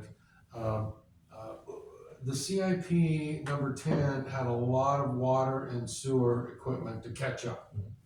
And I wanna be able to say that this entire CIP, 4.25 million, is fully funded next year. It's a 3-year program, but it's fully funded. And to do that, I needed to beef up the vehicles and equipment here a little bit. It's not doing a whole lot down in repairs and install, so let's beef that up a little bit, because I really do want to say it's fully funded. The other one was the building project, and we didn't increase anything in the sewer fund towards that like we did with water, so this is kicking in a little more. And if these are nice adjustments that would have been done if we had more time. And then I guess my question, you were talking about vehicles, I think we'll just stick with that one.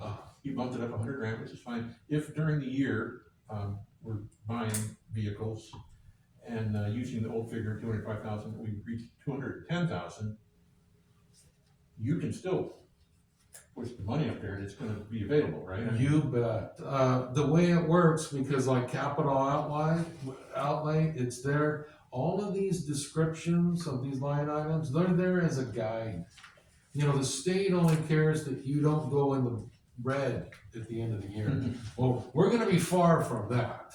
But using the line items in between are there to shore up whatever you need to do capital-wise. I have my purchasing authority. I'm not gonna go out and buy vehicles. You have to approve all that. So there's the few changes here, Jim, are a little for the future, because we want to keep tracking that building project, a new building, as we go. So add a little bit to that. And the other was really just to be able to say, we're fully funded. Okay, on page 29 under the streets fund, I tried real hard, I couldn't figure it out, down under total resources. The proposed budget and then the approved budget from the, budget committee was 1,547,000 plus.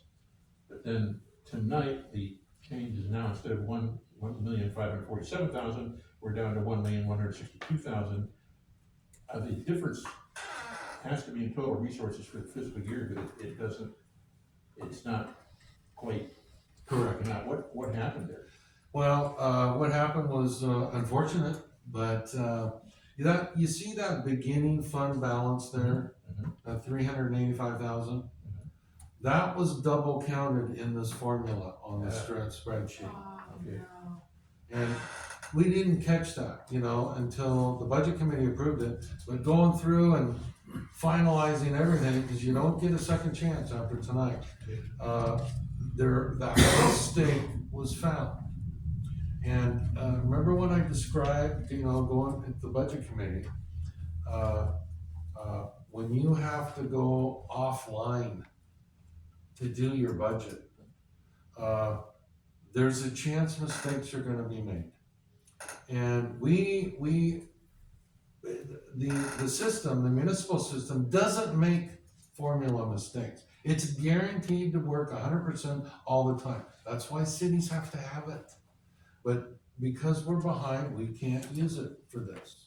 So we're offline, working an Excel spreadsheet that we put together to fit Sheridan the best we could, and this mistake wasn't caught.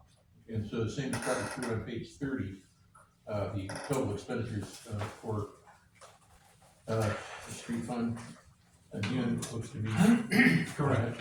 You have to- $385,054 short. Yeah, you're lowering revenues and expenditures.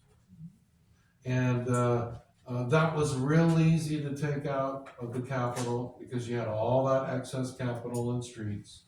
So it was real easy to see where that came out. You got it on the revenue you had to be reduced, and then the capital. You can see under capital, there's street, sidewalk, and Yeah, that's where you changed the. Right. language. Yep. we also added a little bit under vehicles because there wasn't anything in there at all. So together it's a wash. That's really the whole key to doing the budget is together it's a wash. Well, it's normally not ever to check your formulas at this late in the game, but that is what we're doing. And so this is an exceptional process because of that. Same in the water fund, Jim. Okay, You yeah, have the so same error. Okay, so that's Where- what you're saying, page 31, where the Right. original total was 8,440,000, Yeah, and now down to 5 million, is that same? Correct. And we're gonna, Okay. well, we can talk about that. Streets, just a little more on streets before you move on. You notice that TGM grant? That's Which two- one? There's, oh, yeah, grants. Yeah, the 250,000 on the revenue side and the 2 on the expense side, so it's a wash, And that was awarded, hallelujah, the city got the grant, but all the money goes through ODOT, it doesn't come through the city at all. So this is one of those things that would get cleaned up 4 months from now. I mean, and if you want, we could just scratch it out right now, but we're not gonna get that money. Now, the match is something different, that's down there. But the 250,000 will not see our books, that's entirely managed. So we don't need to change that, we can clean that up with a supplemental budget. That's fine, I'm Yeah. already assuming that the supplemental budget will fix Correct. any of this, because we're gonna get better figures to start with, correct? Yes, and we have several funds to add. We've got the community building fund that we're gonna have a separate fund for, and all of our SDCs will have a separate fund. I think the community building was established as a separate fund in here. Well, It's actually not, That, I noted that, but it ain't gonna be done until we get the supplemental budget done. And we can create funds at that time. on page 33, all of the changes that you made under the adopted line are taking away, so that the total materials and services went from $1,884,000 down to $1,034,000, an $850,000 Correct. difference. Is that, I didn't check the top line under resources, because that was a double figure. Well, the same thing, we had two funds where the beginning fund balance was counted twice. And if I had any more familiarity with the budget, I mean, nobody, so that beginning fund balance in water is 2.6 million basically. That all came out of the budget. Mostly excess capital, except for those 4 items in the M&S, that took out 275,000. All the rest was from capital. And then finally, for me, I'm sure we're tired of hearing from it, but on page 34 under the water fund, a lot of changes, a couple new lines for the Boston Street and the Sheridan Road loop, which I'm familiar with those, and we should be funding them, so that made sense. Right, some of those were approved and discussed at the budget committee, so those come forward. But then the total expenditures of the written down, Shannon, a $3 million difference? That's correct. That is exactly the amount of that beginning fund balance, 2.7? 2.7, Under, probably, I didn't get that far back, but yes. That was another one that was counted twice. yeah, it's 2.657. That was a double counted, and I did not catch it, but it was caught. We Absolutely. right? I mean, we would be in well, trouble. correct. When you have to fill out all the columns and check them, it has to work, or something's wrong in your formula. So there's 2 processes. You go through and you check all the formulas, and then you make sure all the balances, everything balances. I was, and I'm not having the formulas, I'm just looking at the balances and how they change. Last thing I wanted to say, after going through all this, thank you for the new copy being legible. The first time around, those numbers were so small, I practically need a magnifying glass to read them. This is much easier. Yes, well, me too. Yes, thank you for that. Okay, I'm tired, I'm done babbling. I did my due diligence, and I have the answers to my questions. Thank you very much. So overall, I just want to say that the CIP is fully funded, 4.25 million. These double counting beginning fund balances that we took out had absolutely no impact on any services or any projects that were planned or approved. That was just on the top,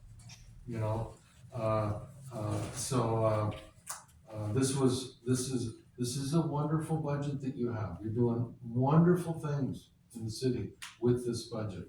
It can't happen all at once. The CIP is over 3 years to get that accomplished. Tyler helped on the budget.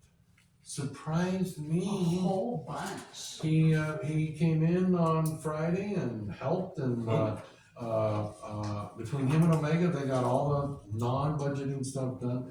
Tyler tracked down a couple things for me, but our finance staff, including Kai, Yvonne, but also Omega, Alyssa, helping initially with all of the, helping with all the budgeting. It was a real team effort. It was a good effort. I feel really proud of what we did with the budget, and our staff has learned a lot more than you were bargaining for like the Tyler and the payroll. But we are becoming very self-sufficient. We're building those core competencies within finance. We're not going to be looking at proposing to hire a finance director or a finance manager, but possibly somebody else. It can come in more mid-management, low management, or in the structure, I should say, that can help take a couple of things off of finance and add to that team. really well. So that could possibly be an option that we'll bring to council. That's something you're thinking about is not to have a full-time finance person, is that what you just said? Yes, a full-time finance person, but not a director or a manager. Yes. Okay, Liz? So I heard you say Mariska was helping on this? Marissa, yes. Marissa? Mhm. I thought she worked in Rural White. She does. She's been working She both still places? loves us. Nice. Bridget has allowed her to come back and help. Oh, that's So, we're, getting what we can. But it's really, Marissa's work is really gonna be coming in more, now that we have payroll, under our belt. It's the other things, and it's transitioning to Tyler, which, she will be a big help out in the next few months. You missed out on a huge compliment, Yeah, Mr. I thought they were talking about, He said that you came in Friday and did a lot of work on the budget, so thank you very much. Preston and I had a good time. I was shocked. Tyler knows some budgeting stuff. I was There's our resource. impressed. Yeah. impressed. On Thursday, Preston told me he was surprised at how, I wish I would have written down the exact quote. Surprised that I could be helpful with the budget, was the long and the short of it. We're starting to make a list of Prestonisms. I was very happy to have helped. Thank you. It was- Thank you. Thank you. It was all hands on deck for pretty much all of last week. Okay, so Ian, good. Page 21, general fund expenses. Number 639-11, dues and membership. It's going from $16,000 from last year to $20,000 this year, and I'm wondering what's the increase there, because the previous years were different. Right, and this is part of beefing up what your next city manager may require. There could be conditions once you go to hire them. This is when, once you decide who you want to hire, then it's going to be incumbent upon Tyler and myself to make sure they don't get scared away. They get a contract and they get that done. And so it could be that you agree to send this person to the ICMA conference every year or other trainings. So that's been beefed up in anticipation of that. So it's not specified for anything specific. Just the generalization of training and all, yes. The organizations that we belong to. Right. That's just Right. dues and ICMA memberships in dues, general? like ICMA dues are expensive. That's dues and memberships in general? Correct. Okay, thank you. That answers my question, sorry. I'm bad at communication, my wife says. Ian, you have a unique communication style, you're not bad at communicating. Lucy, do you have some? well, I was just gonna say, when he was talking, but then you have the 644, this is what happened when you make me look at stuff and I started asking questions. It had right there, training and travel education, but you said that you have to become like, I don't know, like a member of a group to get the education. Is that the way that works, Preston? Is that what you're saying? It does, like if you're an ICMA member, Because the question I had, since it was brought up, was just the difference between this line and then here it says, travel and education. So when I heard you say, education, it's over and beyond that. And then I heard somebody say something about membership, but, so that would be a difference too, because sometimes you have to belong before you can take their classes. that's right, to get a reduced rate. And experienced city manager, they're gonna be ICMA members. They're gonna come in and expect those dues to be continued. And that education piece, though, that's for other staff members as well. It is. It's for everyone that's gets some out of administration. Correct. Personnel service. And also on that general fund expenses, we talked about that capital projects. You see how that 126 is left on the end there? That's not allocated. That's discretionary for council to use, but you need to use it on projects, really, in one-time expenses. I don't list that on there, but a capital project, you should be for capital. And that could be a filler for things that you do over the course of the year, or something new that comes up. I would just say, hey Lucy, do you remember last year when we took $100,000 out of the parks? Maybe this is a chance to put some back. Yeah. She doesn't care. No, she cares. Or pay what do you over think? there. I think of it as a Sure. contingency, but yeah. Contingency. Correct, yes, that's a good way to think of it, yeah. But I We could, if it's left alone, we could, and, after some parks meeting for a month or two, we can say, okay, let's grab some of that, put it toward the parks. Or use it as to fill in with other projects. You've got a lot on your list, a lot of parks projects, a lot of downtown improvements. That can be where you might need to get the rest of the money. Okay. I'd say if you got a real need, you can spend it, but it's nice having that capital projects backup. Okay, more questions from in here? Anything? Okay. Does somebody wanna make a motion? Peter? I move to approve resolution 2025-H, a resolution adopting the fiscal year 2025 to 2026 city of Sheridan budget in the amount of $16,989,419, making appropriations as presented in the resolution and imposing and categorizing the permanent tax rate of $2.13. Say that. 7,000 per $1,000 of assessed value. Second it. Okay, first and a second, any more discussion? Okay, go ahead and call for a vote then, all in favor? Okay, looks unanimous, okay. Yeah, we have a budget, yay, okay. Okay, okay, next item 4.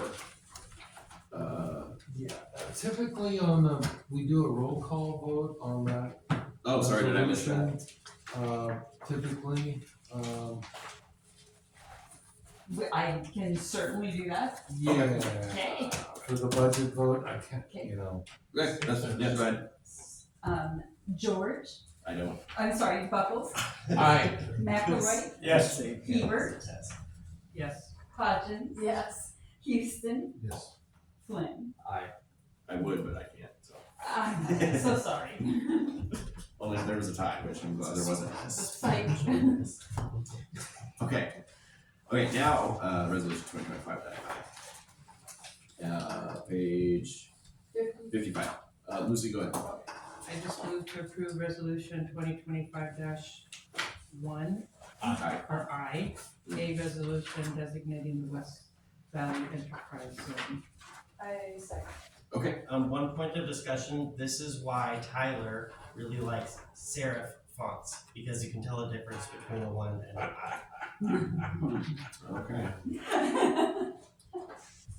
good to know, okay, any discussion on, this? No, this is. Your Honor, I could say that this is basically extending the enterprise zone. And thanks to Abishaw and Sedcor that shepherded this to the other jurisdictions. There were no objections. The school was the last one to approve, so we want to move forward. And the follow-up to this will be an IGA between Willamette and Sheridan to jointly engage Sedcor to manage the enterprise zone on our collective behalf.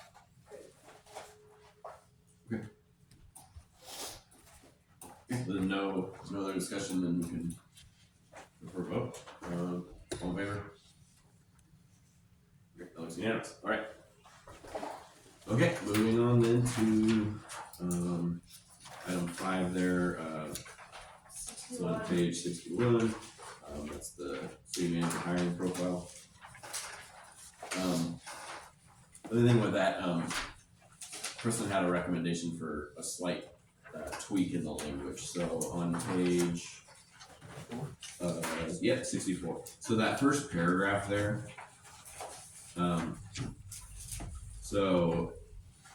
Instead of saying the Sheridan City Manager position requires a bachelor's degree in public administration, planning, political science, or related fields, and at least 3 years of upper level local government management experience, including public budget and grant management. Starting from government, it would say government experience, including personnel management, budget, and financial administration and grant procurement. So it kind of expands a little bit. Yeah. Much better. Expands a little bit on there, so. Yes. That was a suggested. Well, thank you, I'm glad you like that.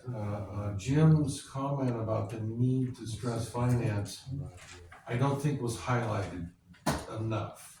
So, budget and finance administration, I think nails that. And procurement is important too, because management assumes you've already got some grants, and this way you can procure them instead, which is what we really need. It really is, because the administration and management part of it, I mean, we've got staff to do that, or COG or whoever, but the procurement is the key.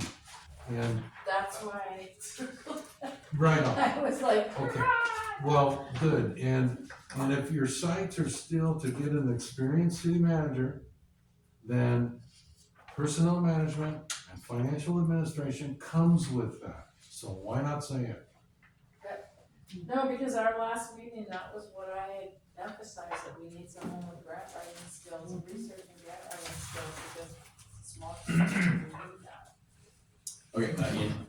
What is the change to the first portion of it that you were saying? I'm sorry. Right. So that first paragraph. So it starts with government.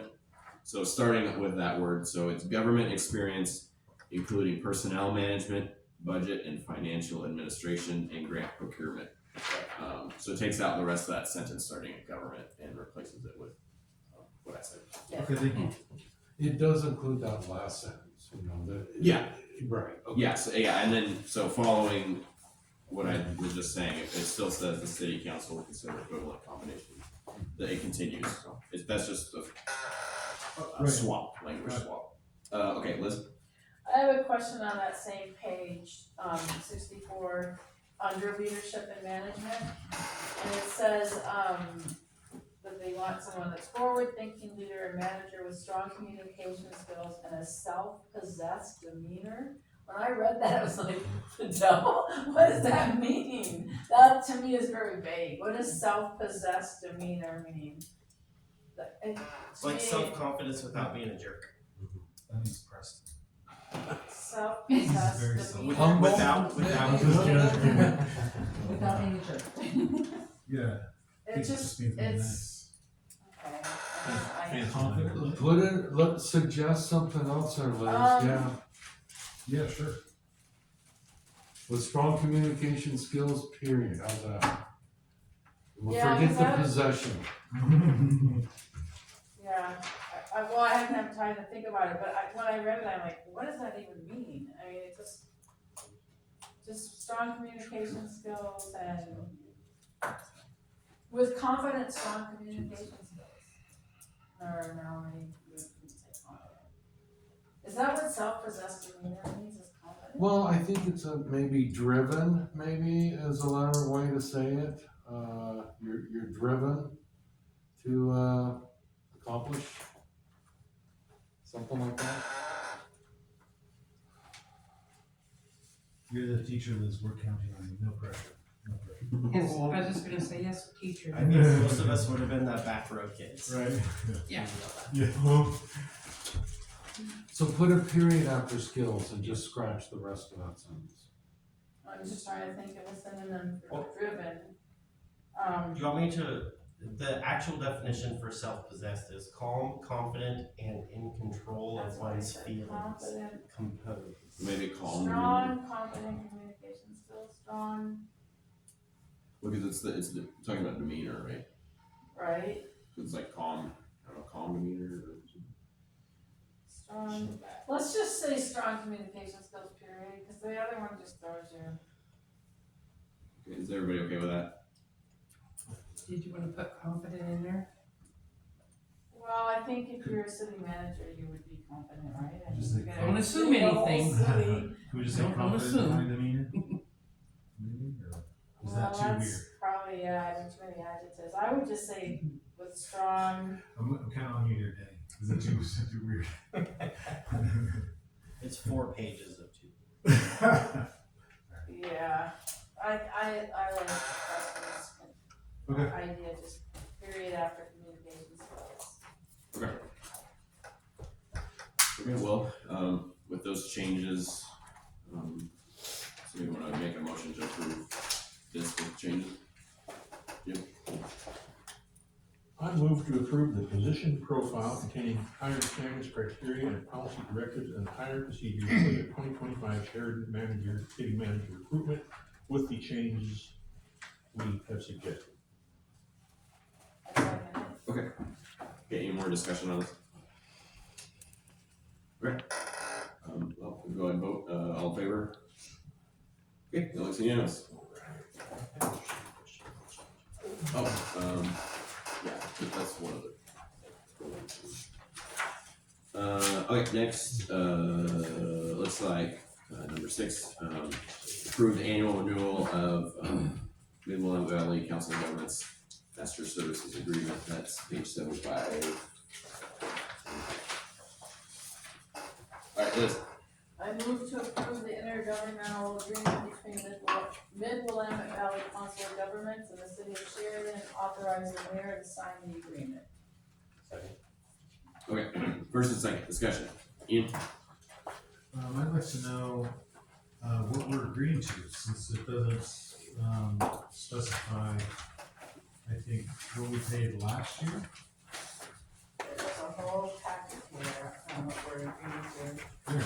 Go, starting on page 79. That was just the exhibit that got left out. Thank you.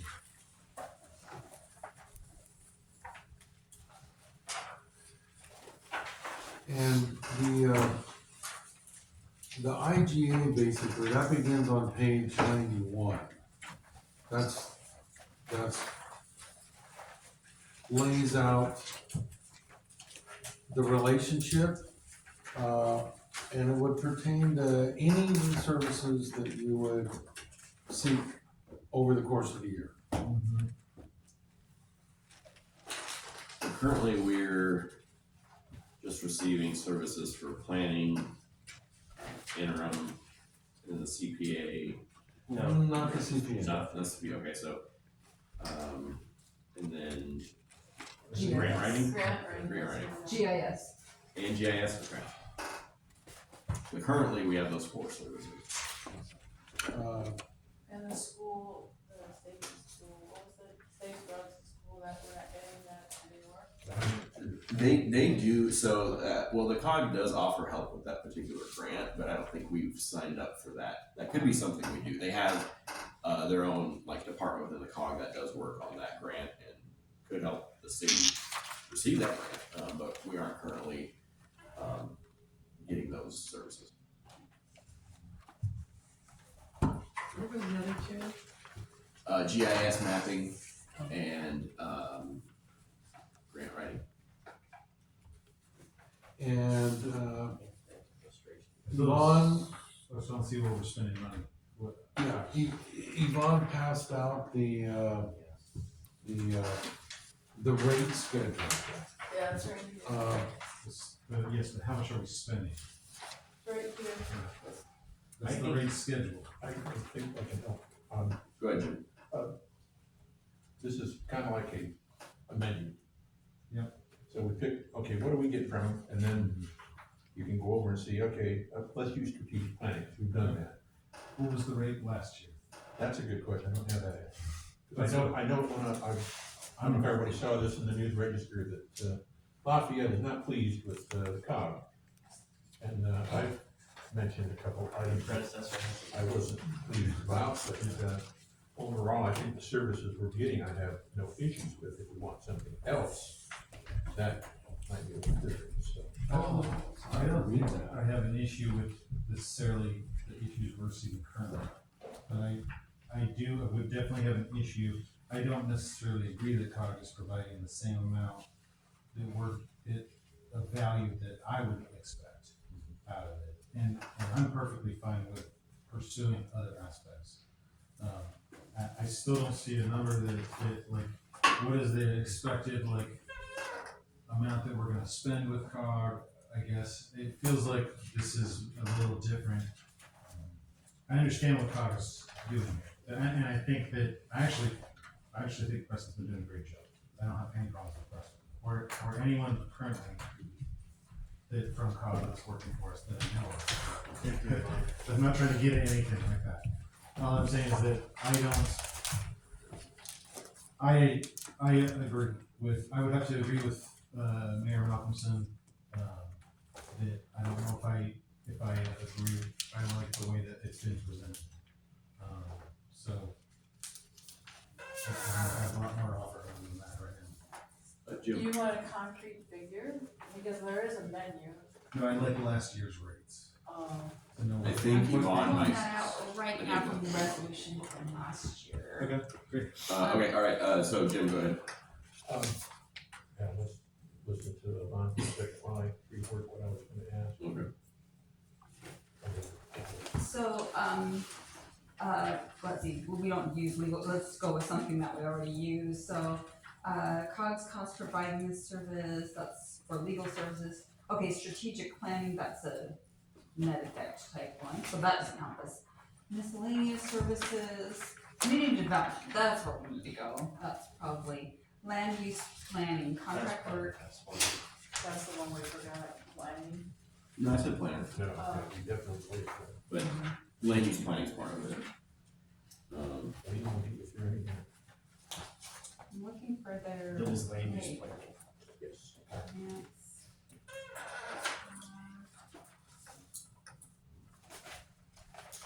Interesting. I don't have a rate schedule on this one, so that's not helping me a lot.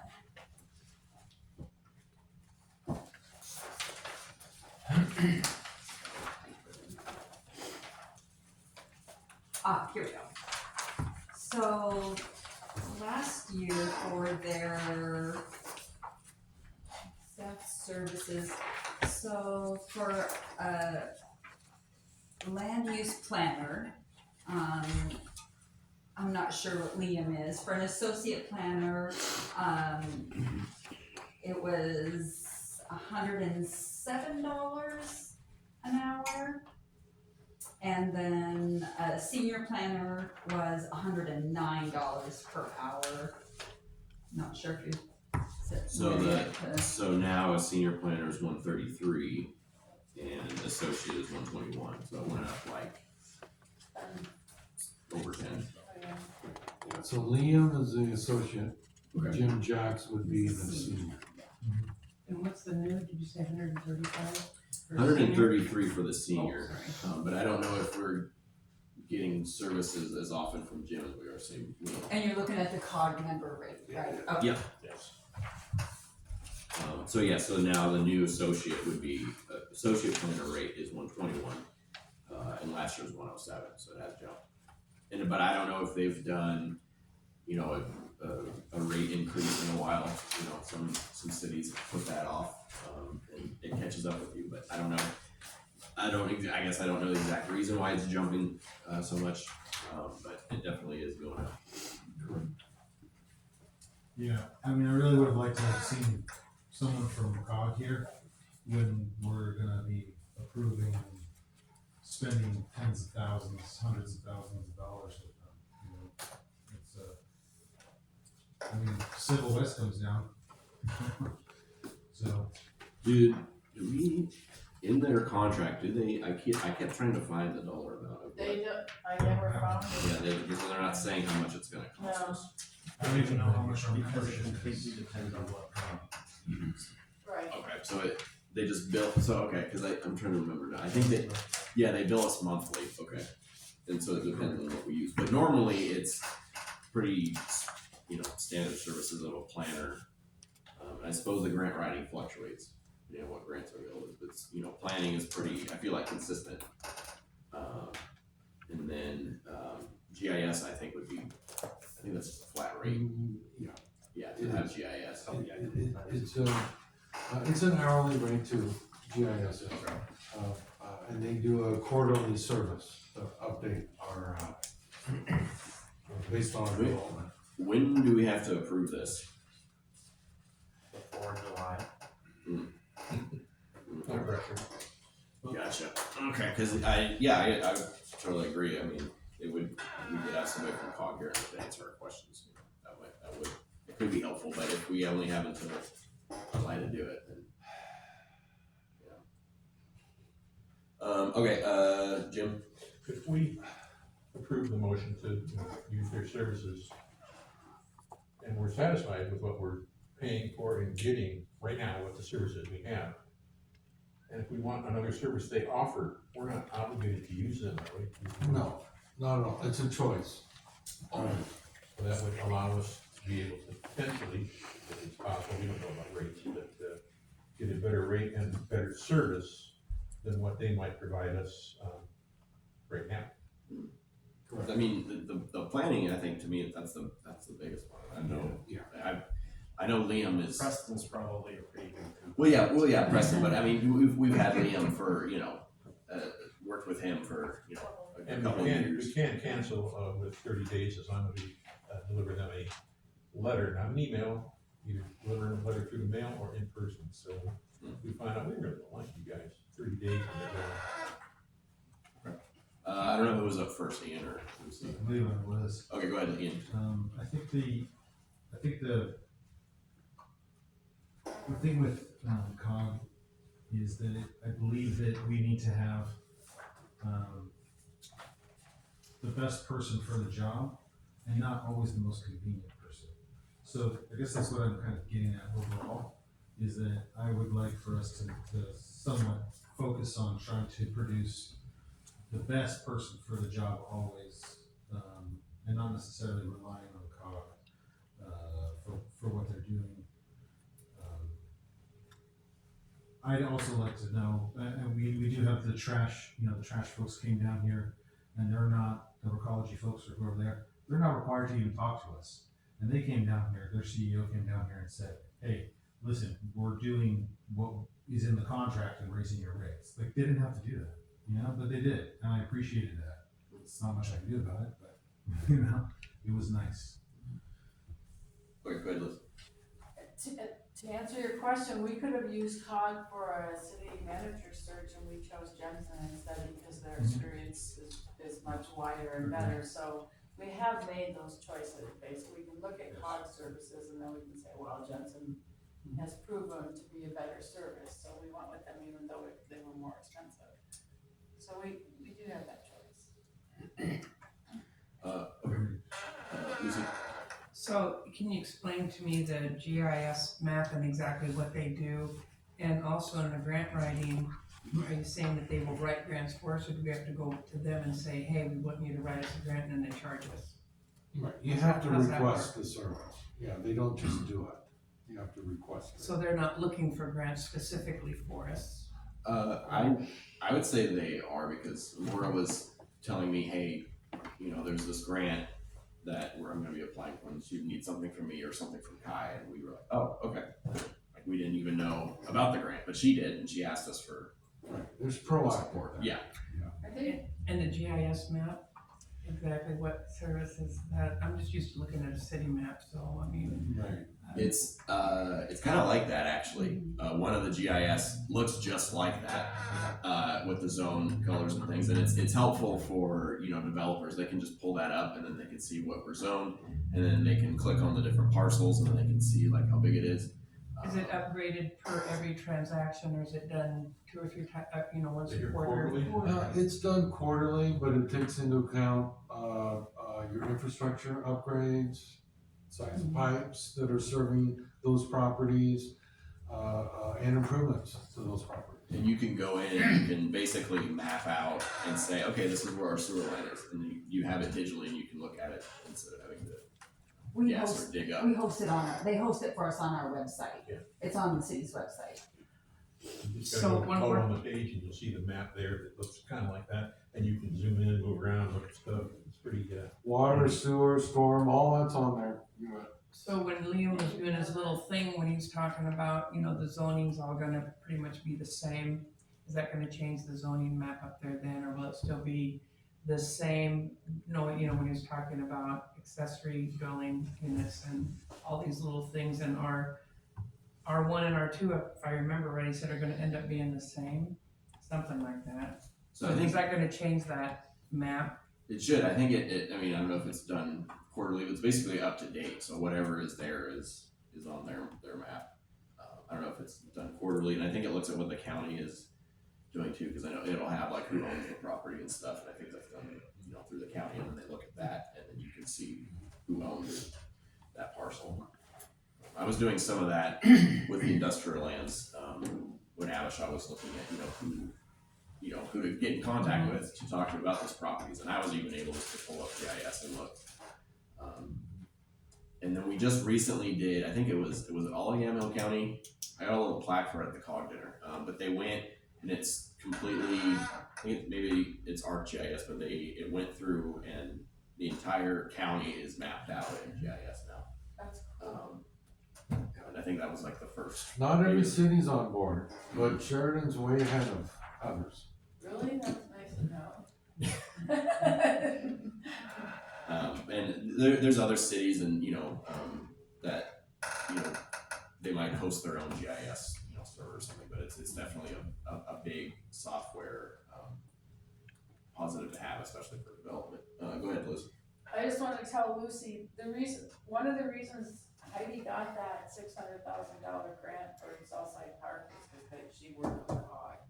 COG helped them write it. Yeah. So it's a good service. I'm working with school district prior. I mean, there's a third party similar to the COG, and you always prefer to have your own person, but can be expensive to have. Like if we were to have a full time planner, would be more than what we're paying, the COG, of course. But it's maybe something we can do in the future though. Have our own planner. And some of those other services too. All right, Ian, go ahead.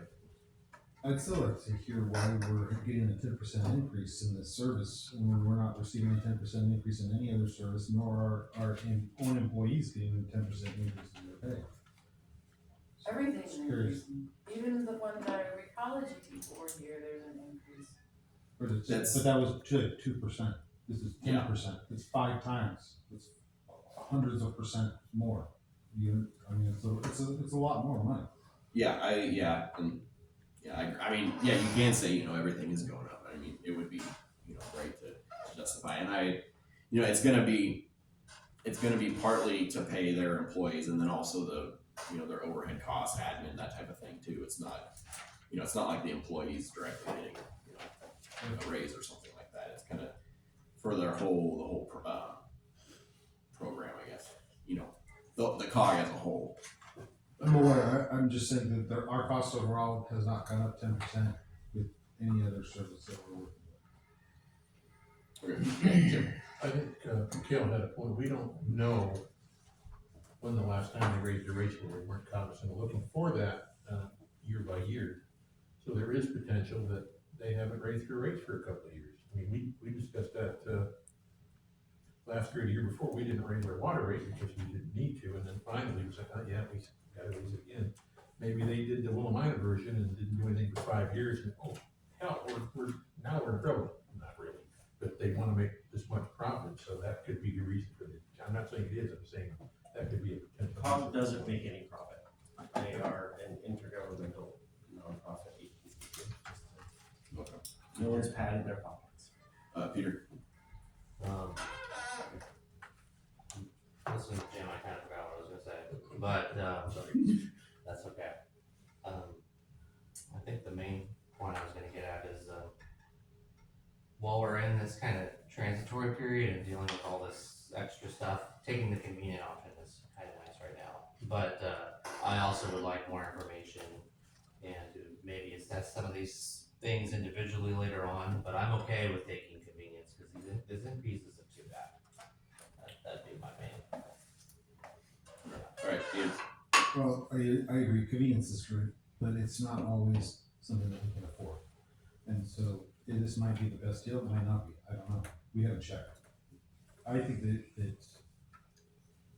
if anything, that we should ask the mayor to reach out to the other mayors and say, what are you guys thinking?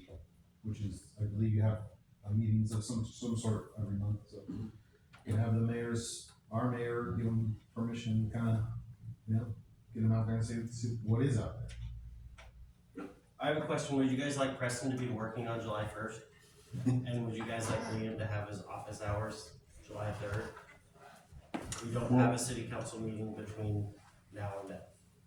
Well, what I was gonna suggest is to, approve it,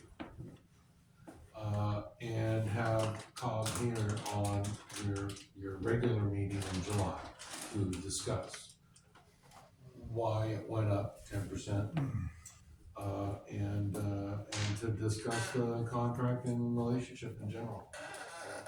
And we can always cut something too after that if we're still not, if we're not satisfied with what You they bet. have to say, then, okay, well then let's cut some things. Right.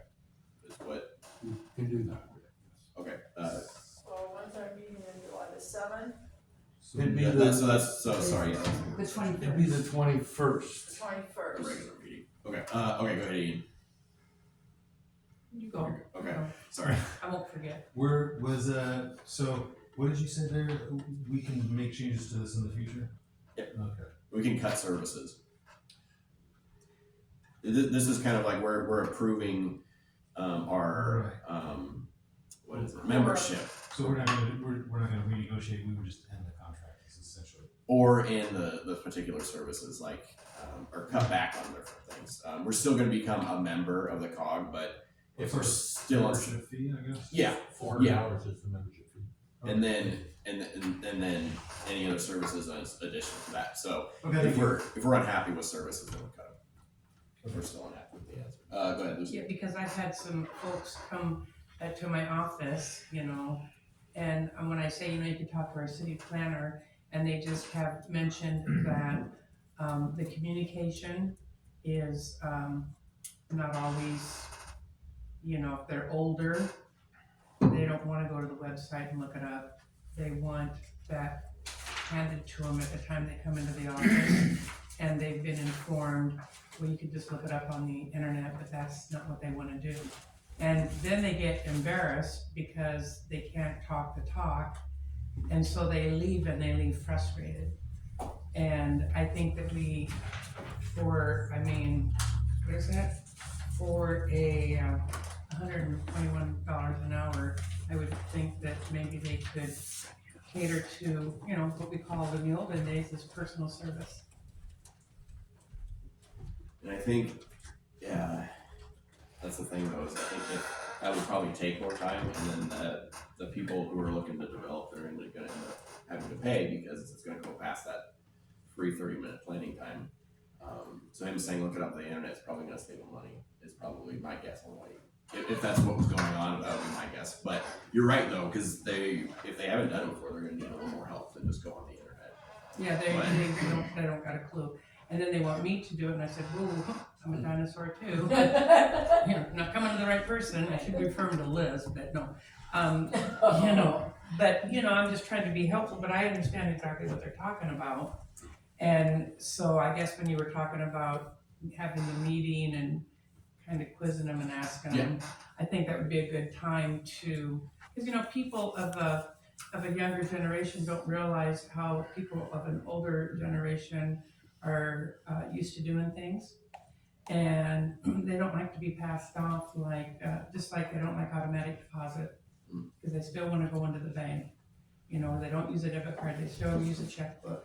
They still wanna do it the way they want, and I feel like the city is offering them a service to help them instead of, you know, just, yes, and I know, and someone else mentioned that he said, well, you know, anything over this much couldn't cost you more money, and they just got up and walked out. Because they said, I'm not into that, and I had to agree with them, I wouldn't be either.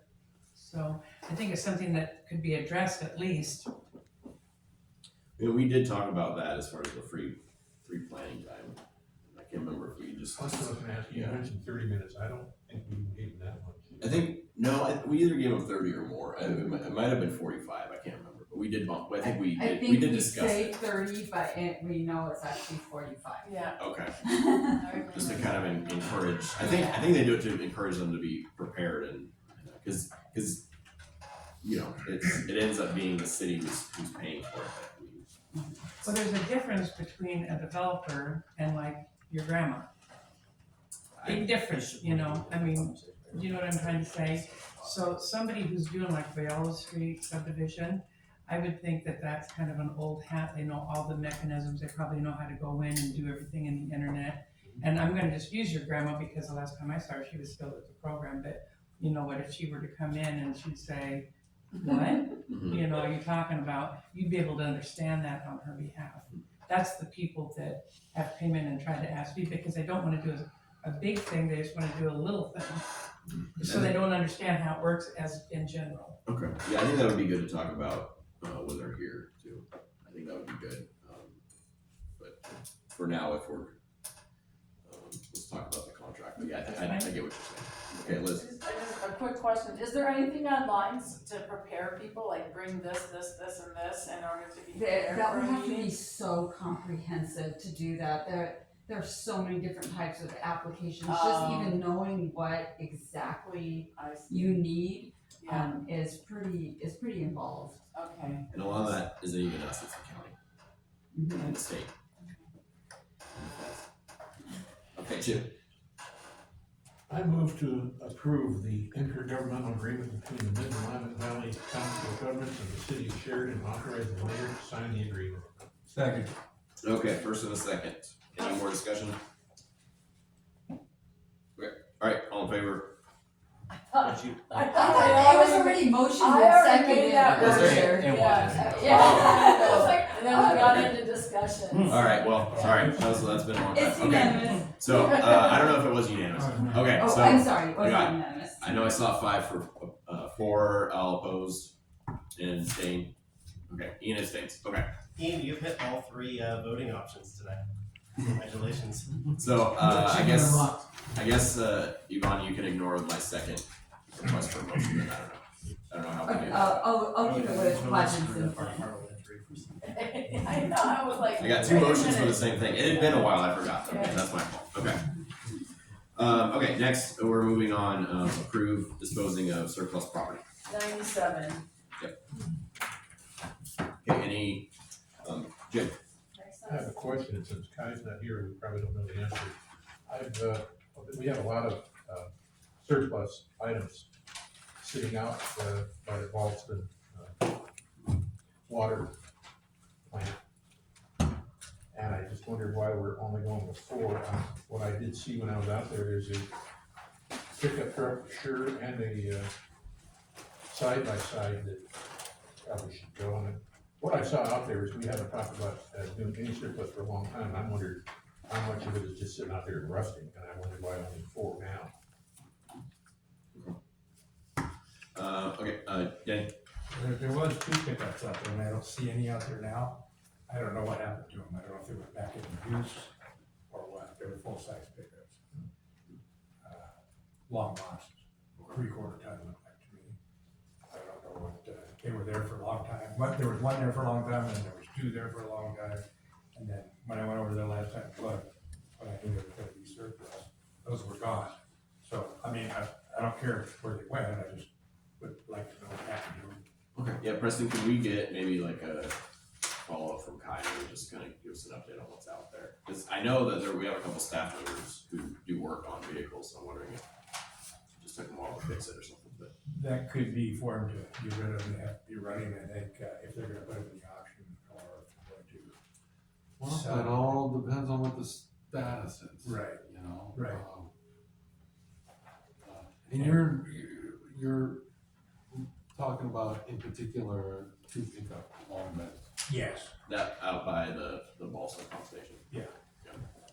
Where where this other equipment is. Okay, all right, Ian. Just recently, I went out to the Balsams pump just to kind of look around. And after poking around with some other stuff, I've realized that, and just become aware that we have a lot of uncovered equipment. Yeah.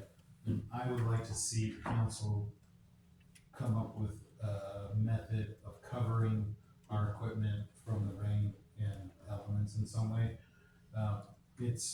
I've heard of many suggestions, including pole barns and things like that, and we do have property that could be available for producing such a structure. Just buy a lot. Also, I think we should sell this stuff. Okay. So make a motion. Page 98. Yeah, Ian, do you wanna make a motion? Jim was asking for your jaws. No, sorry.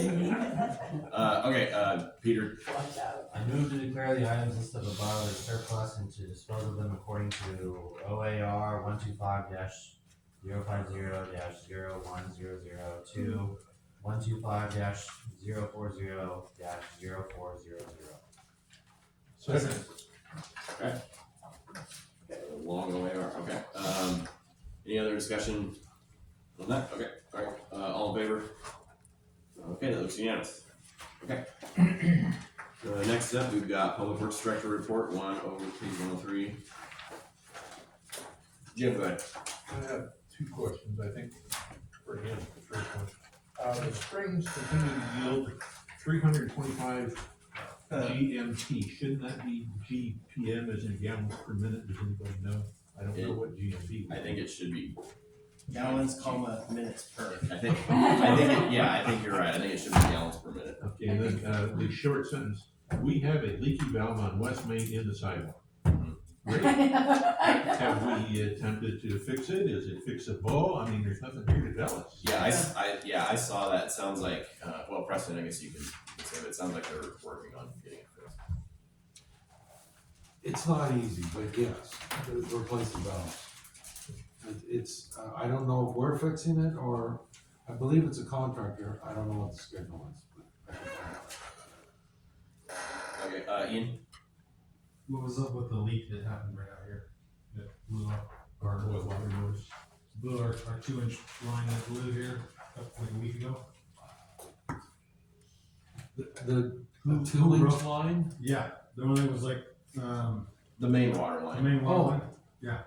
Railroad and bridge. Yeah. That was, we had a routine, lateral to, upsize. And in the course of that, the saddle that goes around, which, really should be strengthening the pipe, wasn't.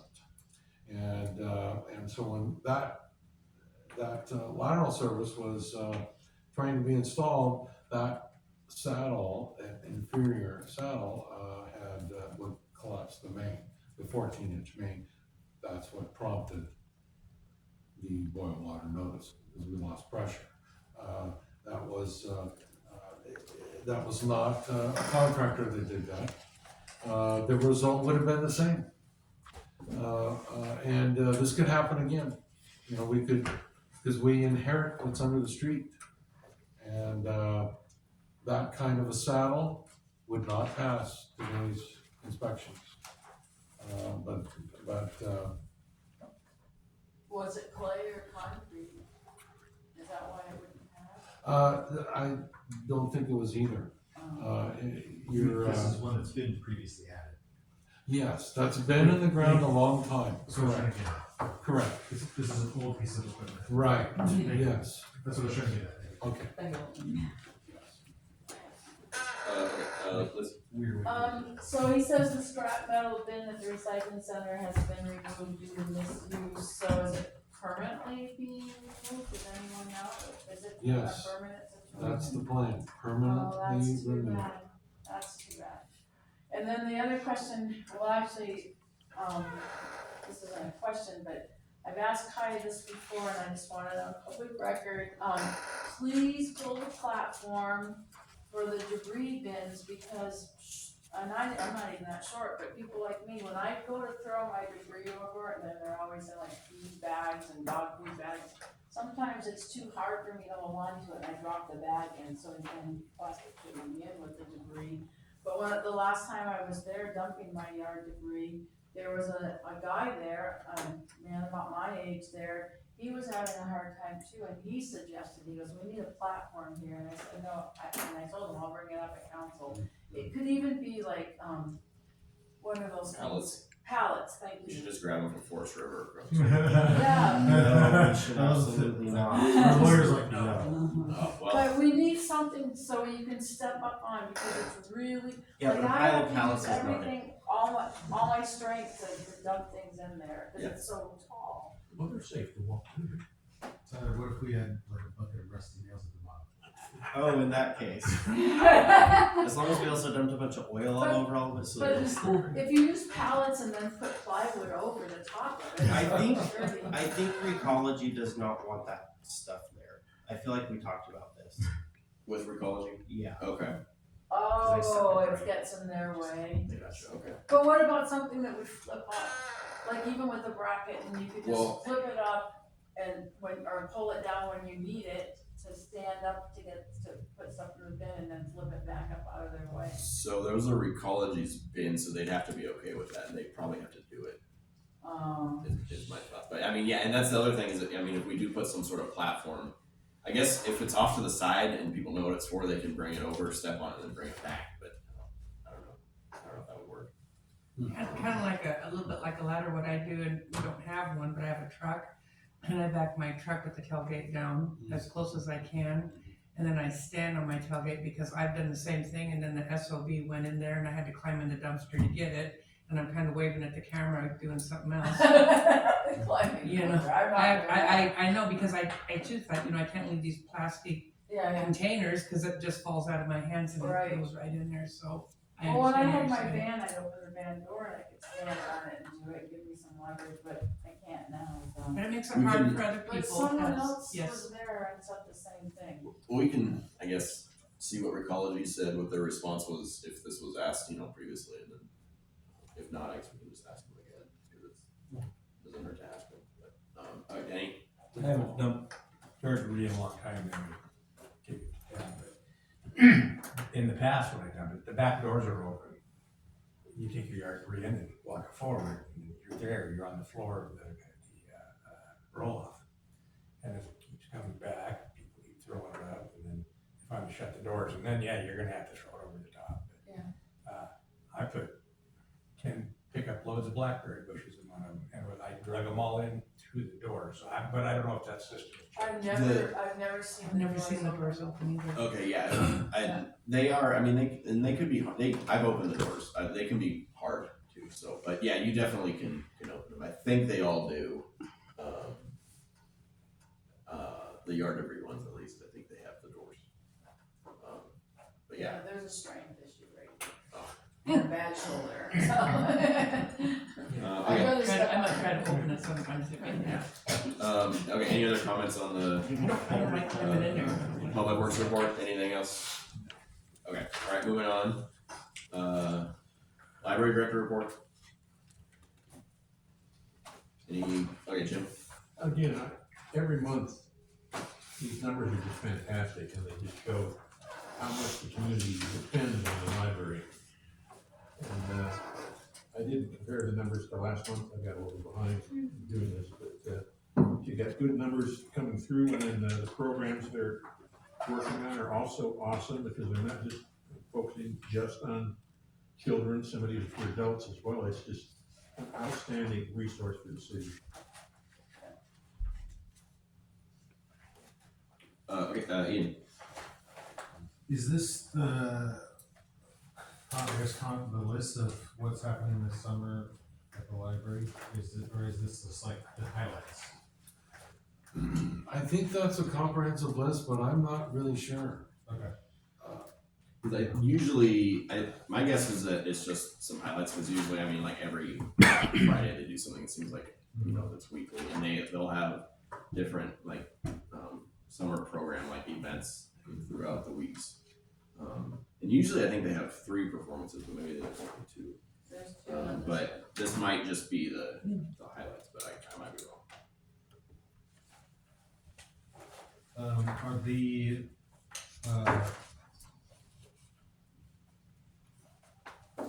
the programs, here, are they, are there more that are targeted at, let's say, older children? What would you call it, teens? Are wayward teens? That I don't know. I believe, Preston, that's Trevor, one of the new people that was hired. His emphasis is on the older students. Yeah, Oh. adults on both. And Sorry. programs involving that as well? Yes. I think he's working a lot on kind of finding out what interests them, what will engage them. Okay, that's great. We haven't ever had a program that engaged the older students, so. Okay. Well, along with all the other incredibly insane amount of things that I do all the time, I also have an interest in public libraries. So I've been working somewhat with the McMinnville Public Library on a couple different things with some of their programs. So I'll report more as I kind of engage with them and get more information. They apparently have someone there that works with marketing in libraries, so I'm gonna see if I can pick her brain a little. Well, and can I remind council that if you get a chance out and about, to stop in the library and see the new desks, see the new arrangements. There's a teen area that's enlarged and for the smaller kids enlarged. Great. Yeah. And I'd like to suggest to say hi to Gwen, because she's Oh, yeah. such a great person, and she's doing such a great job. Yeah, so I got a library card. Okay, any other comments on the library? Okay. Go ahead and move on to the code enforcement report. Page 107. And the following pages, of course. But not all the following pages in the packet. Pretty close. No, not quite. Anybody? I didn't look at the previous month, but it looks like numbers are down a little bit. Preston, I know you had said you wanted to take a look at some of the things we've been doing. Has she been kind of slowed down a little bit by that? I mean, have you talked with her and said, hey, let's reevaluate? I don't know, I'm just asking. Taking a few different approaches, but my involvement more is to look at the most chronic properties and address those. So that's been my emphasis. Go ahead. In order to answer the question, she says 45 cases closed month to date since last reporting. That's pretty Oh, cool. that's great. As That's a far as, lot of cases to close in a month. I guess I was thinking more, I mean, I read this report with, marks all over it. It just seemed like it wasn't as much as we've seen in the past. It's good to see a lot of things closing. Especially under case closed, citation issue / case closed, apparently they said, I don't really want to go to court, so I'll just fix whatever the issue was. Was that all the basketball hoop violations? I did not see any basketball violations in here, but that is possible that the citation was issued and then they said, oh, we changed the rules. Closed Never mind. case, right? Yeah. Closed cases aren't necessarily a good thing if we don't like the cases, right? So, I do have a question, maybe Preston knows. Is that okay, Tyler? Oh, yeah, sure. I mean, by all means, yeah, thank you. So as the community cleanup date, she said details to follow, is that going to be in, did we have it in August or September, It was in the last, August. August? The second Saturday in August Okay, good, is what is scheduled right now. okay, good, that's good.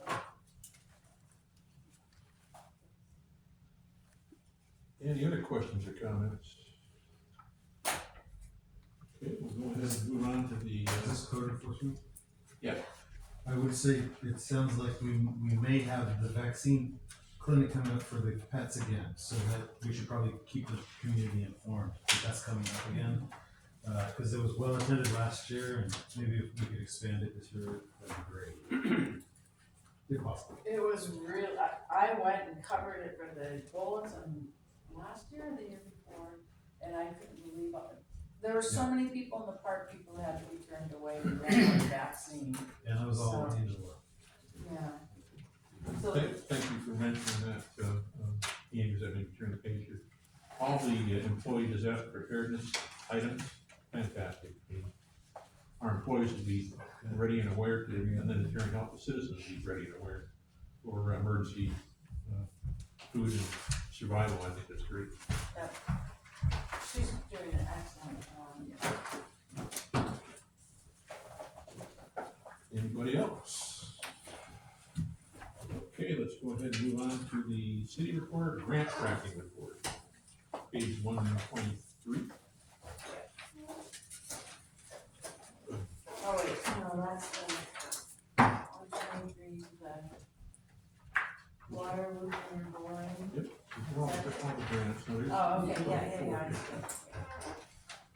The only one that had change in it was the sewer one. There was a Keller invoice from, May that we went ahead and put through.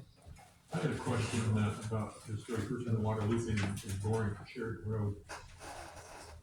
I haven't been paying attention to it. I've been concentrating more on the south side part. I remember a long time ago, we were complaining about the Union Pacific wasn't really doing much for us as far as allowing us the permit to go ahead and bore that underneath the fence.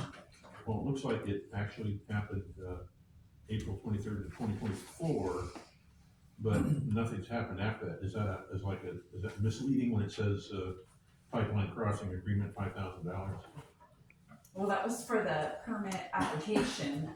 That's just the Weird. application. Okay. Have we ever seen, any of that come through? We have to ask Kai probably. I thought that it was approved, but I might be wrong. I also thought that it was approved. Okay, I think maybe what's holding the project is, well, yeah, developer, or possibly, because I know it's gonna, I think it's gonna go down Sheridan Road, or at least part of it. No, Go down the thing. accessible. Oh, okay, because it says It's water just- will be it's boring just- Sheridan Road. Yeah, and it's coming from, The road. what's the school? Is that Jefferson? Jefferson. Oh, okay. It's Jefferson over. Oh, gotcha. And then we're told it's gonna take a while. It's been going on since 2022, and the last action we show is, the 23rd of April, 2024, so hopefully it's still moving along. Is that a Civil West thing we should be asking, or, is there somebody else we should be contacting? It looks like Civil West is the, developer. it looks like Civil West is the engineer, but the developer, It's a private developer. Oh, great. but Civil West is the engineer. No. A private developer has their engineer. Oh, okay, because it looks like we paid Civil West at one point for engineering. Yeah, they did some here, but, Yeah, They for participate in field the same survey. capacity like tying out here, you know, Okay, it's not our project. okay. I got you, okay. Any other comments on, go ahead, Denny. So I just, I hate to keep bringing this up, Southside Park improvement. We still have $673,491.46 in the red. Above that, we have $13,684.92 Holden Tank City match. I'm not understanding. Have we paid all this and then we're still waiting for reimbursement? Because this has been going on for years. And I'm scared we've lost this grant. I'm afraid we didn't file the paperwork in time, and there's a possibility we lost this grant, and I've been hounding on this for quite some time. So I'd like some solid information on, are we out this money now? Or are we gonna get it? Yes. It's all been submitted. So, Okay, I have a, when will we know? When the Oregon Parks Department gets back to us. Okay.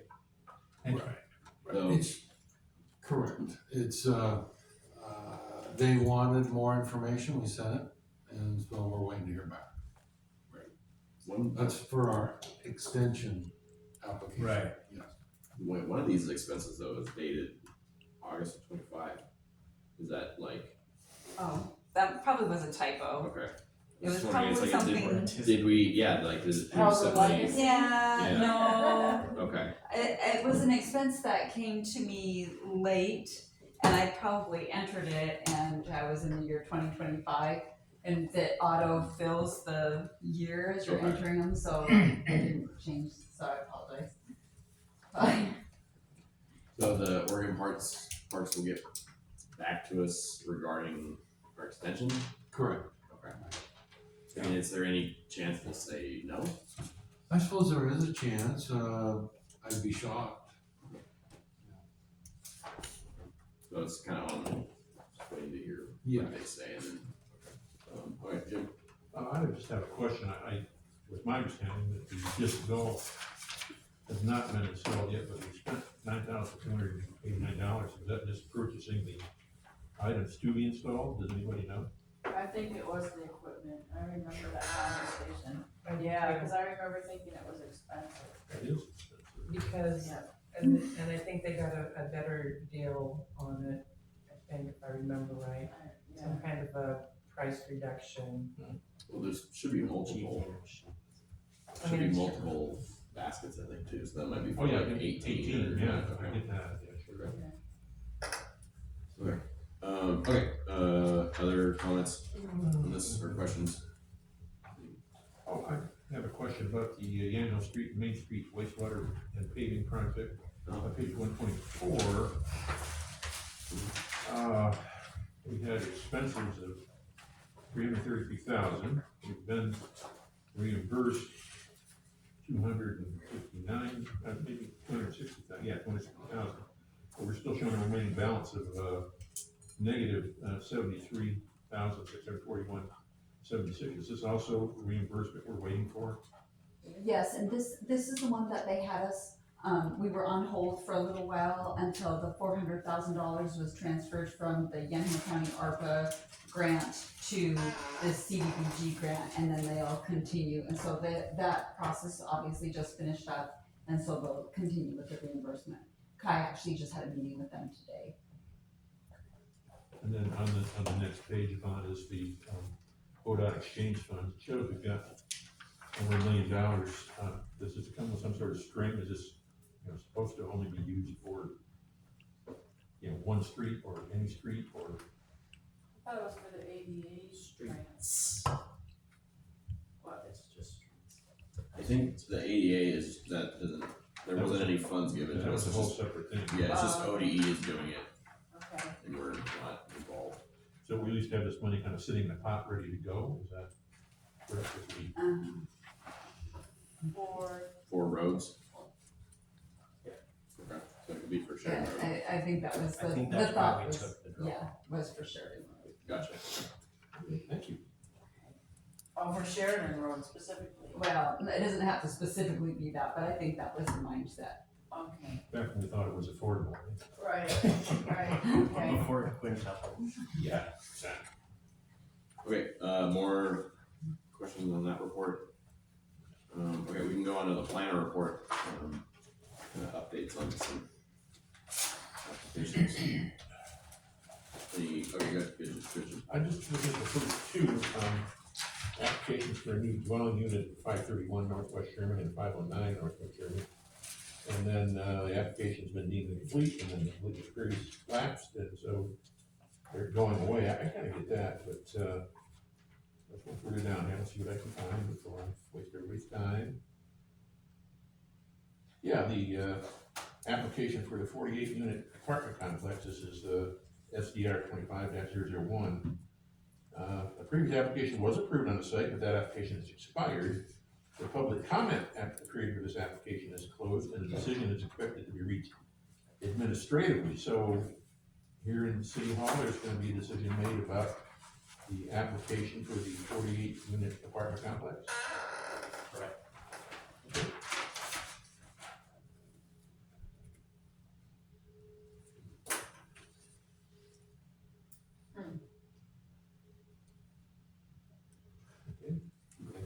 Is our development meeting every Thursday, or is that every other Thursday? It's the first and third. Yeah, I think so, yeah. or second We just and had one fourth. last week, so. We can't just go every other week because then we get onto the court schedule. I think it's first and third. Or, I don't know what day it is. No, it must be the I second, don't- second I and don't know fourth, right. second and fourth, because the first is court. That's what I said. Check the transcript. Second and fourth Thursdays, Preston. Okay, all right, next, we have, city manager report.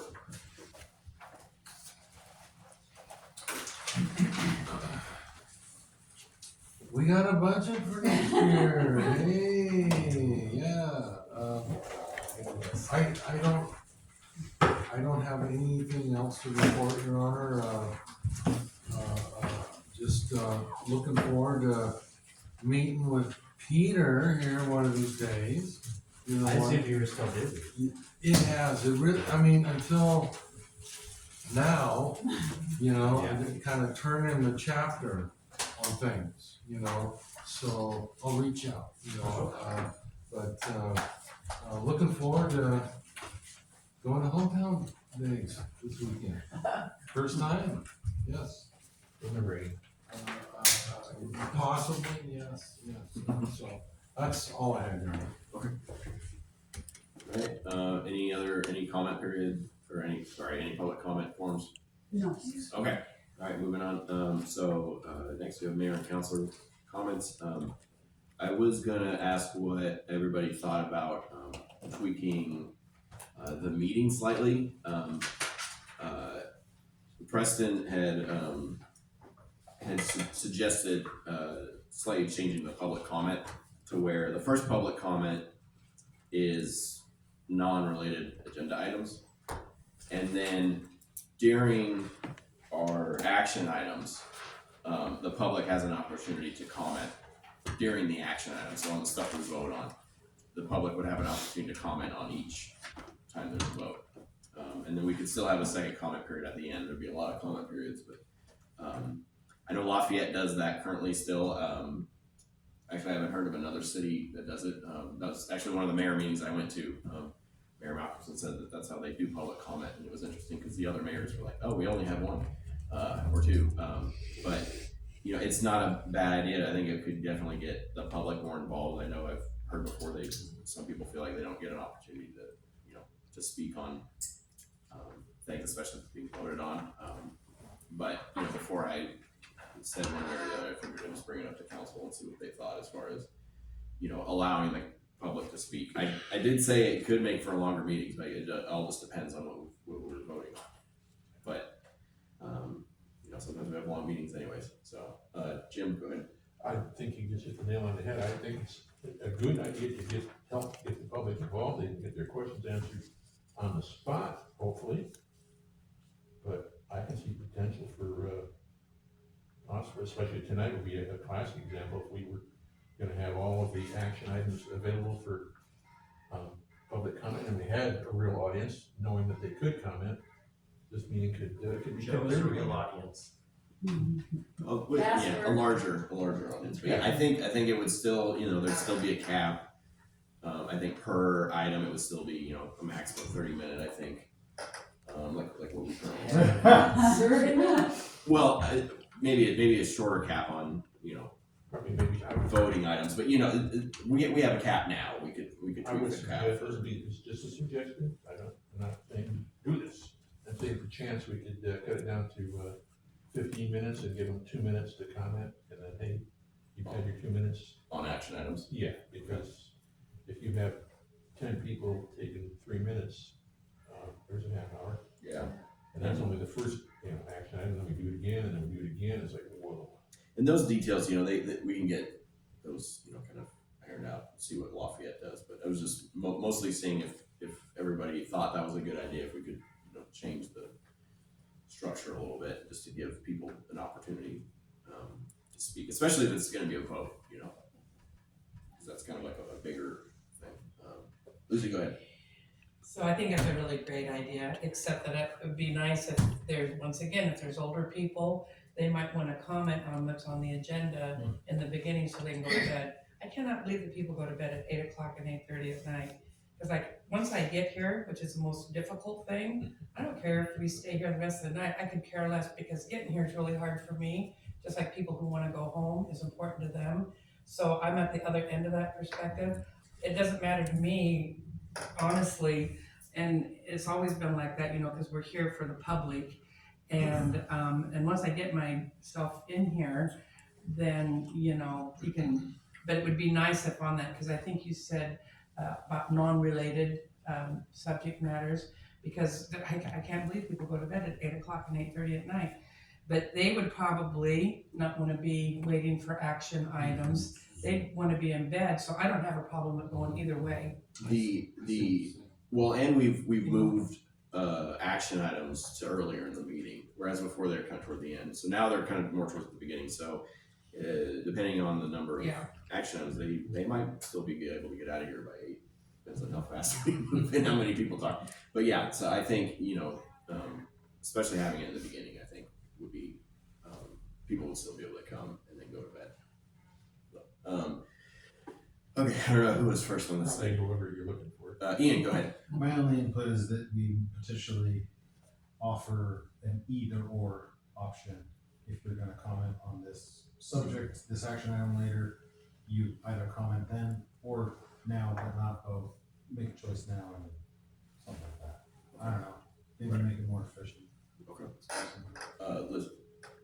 Lucy, people can submit their comments to Yvonne, and Yvonne can read them if they're worried about a long meeting. They can email them ahead of time before, they can look at the agenda and say, well, have a comment about it, and submit them that way. Yeah, then it's still part of the record and we still It's hear still it. part, And that could be for somebody who's just not able to make it in. Yeah. Not just they have to go to But they bed. can phone in still too, right? I think I mean, still doing Zoom, right? They have to fill out, they have to put in a public comment request before 3 o'clock on the day of the meeting, if they wanna comment online or, They don't do it the night the meeting's here. no, if it's by phone or by the computer. Because electronically, they have to submit a request, cause otherwise we don't know to even watch for them. So, We don't especially want, now that it's the way it is with, we're doing it by a different platform than we used to do it. And we don't want, unsolicited, comments. Yeah. So that's why we're doing it that way. Yeah. Just so that we don't, Absolutely. yeah. And then Yeah. the second part of what I wanted to say was I fully endorse this because I think civic involvement, encouraging civic involvement is really important. So Okay. I'm on board. Okay, Jim. Would we have our discussion and just before you say, okay, we're ready to vote, is that, when we say, okay, audience members, if you have comments on this, or would they, where would that fit into the hierarchy of who goes first, who's on first, who's on second, how it works? Yeah, I haven't thought about that. My guess would either be beginning or prior to us voting, because my thought is that if we discuss and then have the comment and they might say something, then we're probably gonna discuss again if they bring up some good points. Whereas if we hear from them first, we'll be able to discuss their concerns, but then also the rest of whatever our concerns are. And then vote. Yeah, and then vote. So that would be my thought, is that the comment would be first, we'd hear from them, and then we would be able to talk about our own concerns as well as maybe addressing some public concerns. That's my thought. Yeah, the bottom line, Your Honor, is that you're including the public in the conversations of your decisions as you go. And so the agenda is always flip the page. You never have to go backwards. And if their comments came, say, at the end of the meeting on their second comment period, well, it might be on something you've already voted on. Right. So ask, it can be before or after the council discussion. Typically, it's after the council discussion. You check with the audience, is there any comments before we entertain a motion, something like that? You include people on every one of those decisions. It's truly the best practice if you value more civic engagement, you have that kind of a format. Okay. We'll be, we'll figure out how to get that done. But yeah, that's going forward. That's what we'll do then. Right. The first comment period is more general. It could be anything. And if people want to comment on it, you can say, hey, okay, hold those comments until we discuss it further down on the agenda. Yeah. And if they're not going to be here, then you want to hear from them, right then, because they won't be there. And you can gauge all that, based on participation. Okay. I'm trying to think if I had anything else other to add. Okay.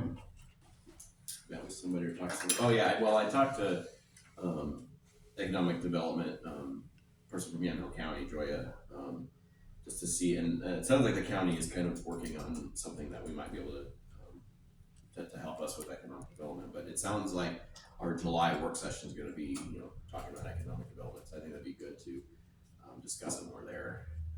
The July work session for mayors or for us? No, for us. Yeah, for us. Yeah. On Wednesday, I'm meeting. Assuming it's still on. Some of the Yamhill County mayors get together. I haven't been able to. I've been to a couple. I haven't been able to make some of them, but I plan on attending this one. And I'm gonna be. I'm interested to see what they're gonna talk about, but I'll bring up some questions I have too. So is Joy, are they thinking about like we share a position between the cities or? Yeah, they're still working on the details. That might be what they do, but I'm not 100% sure what the plan is yet. But that would be something we can either talk to Joy about. I can ask her, and we can also see if she's interested in coming to that work session too. If people think that would be good or not. But yeah, that would be I think something we can check with her. And I think they're still working on that, so they'll probably get the position or plan hammered out here soon, hopefully. And that's for all of the animal time, right? Or I believe so. I'm not 100% sure, but I think that's what their thought is to have somebody for the cities good, doing economic development. that's good. But they're still working that out. So, but also that is just one option we have as far as that goes. I think the hardest part is getting new people in. One of the big things with economic development is you want to develop what you already have, but that's what the person could help with too. Bringing in new people and then also making sure the businesses here have what they need and if they want to expand, they have what they need and info. I think that's probably it for me. But yeah, okay. Anybody else? Any comments, Jim? This was also in the registered. Sorry, departing Sheridan Fire Chief. We were running out of options. Having read through the article, initially things were going well. They were counting on the legislature to come through.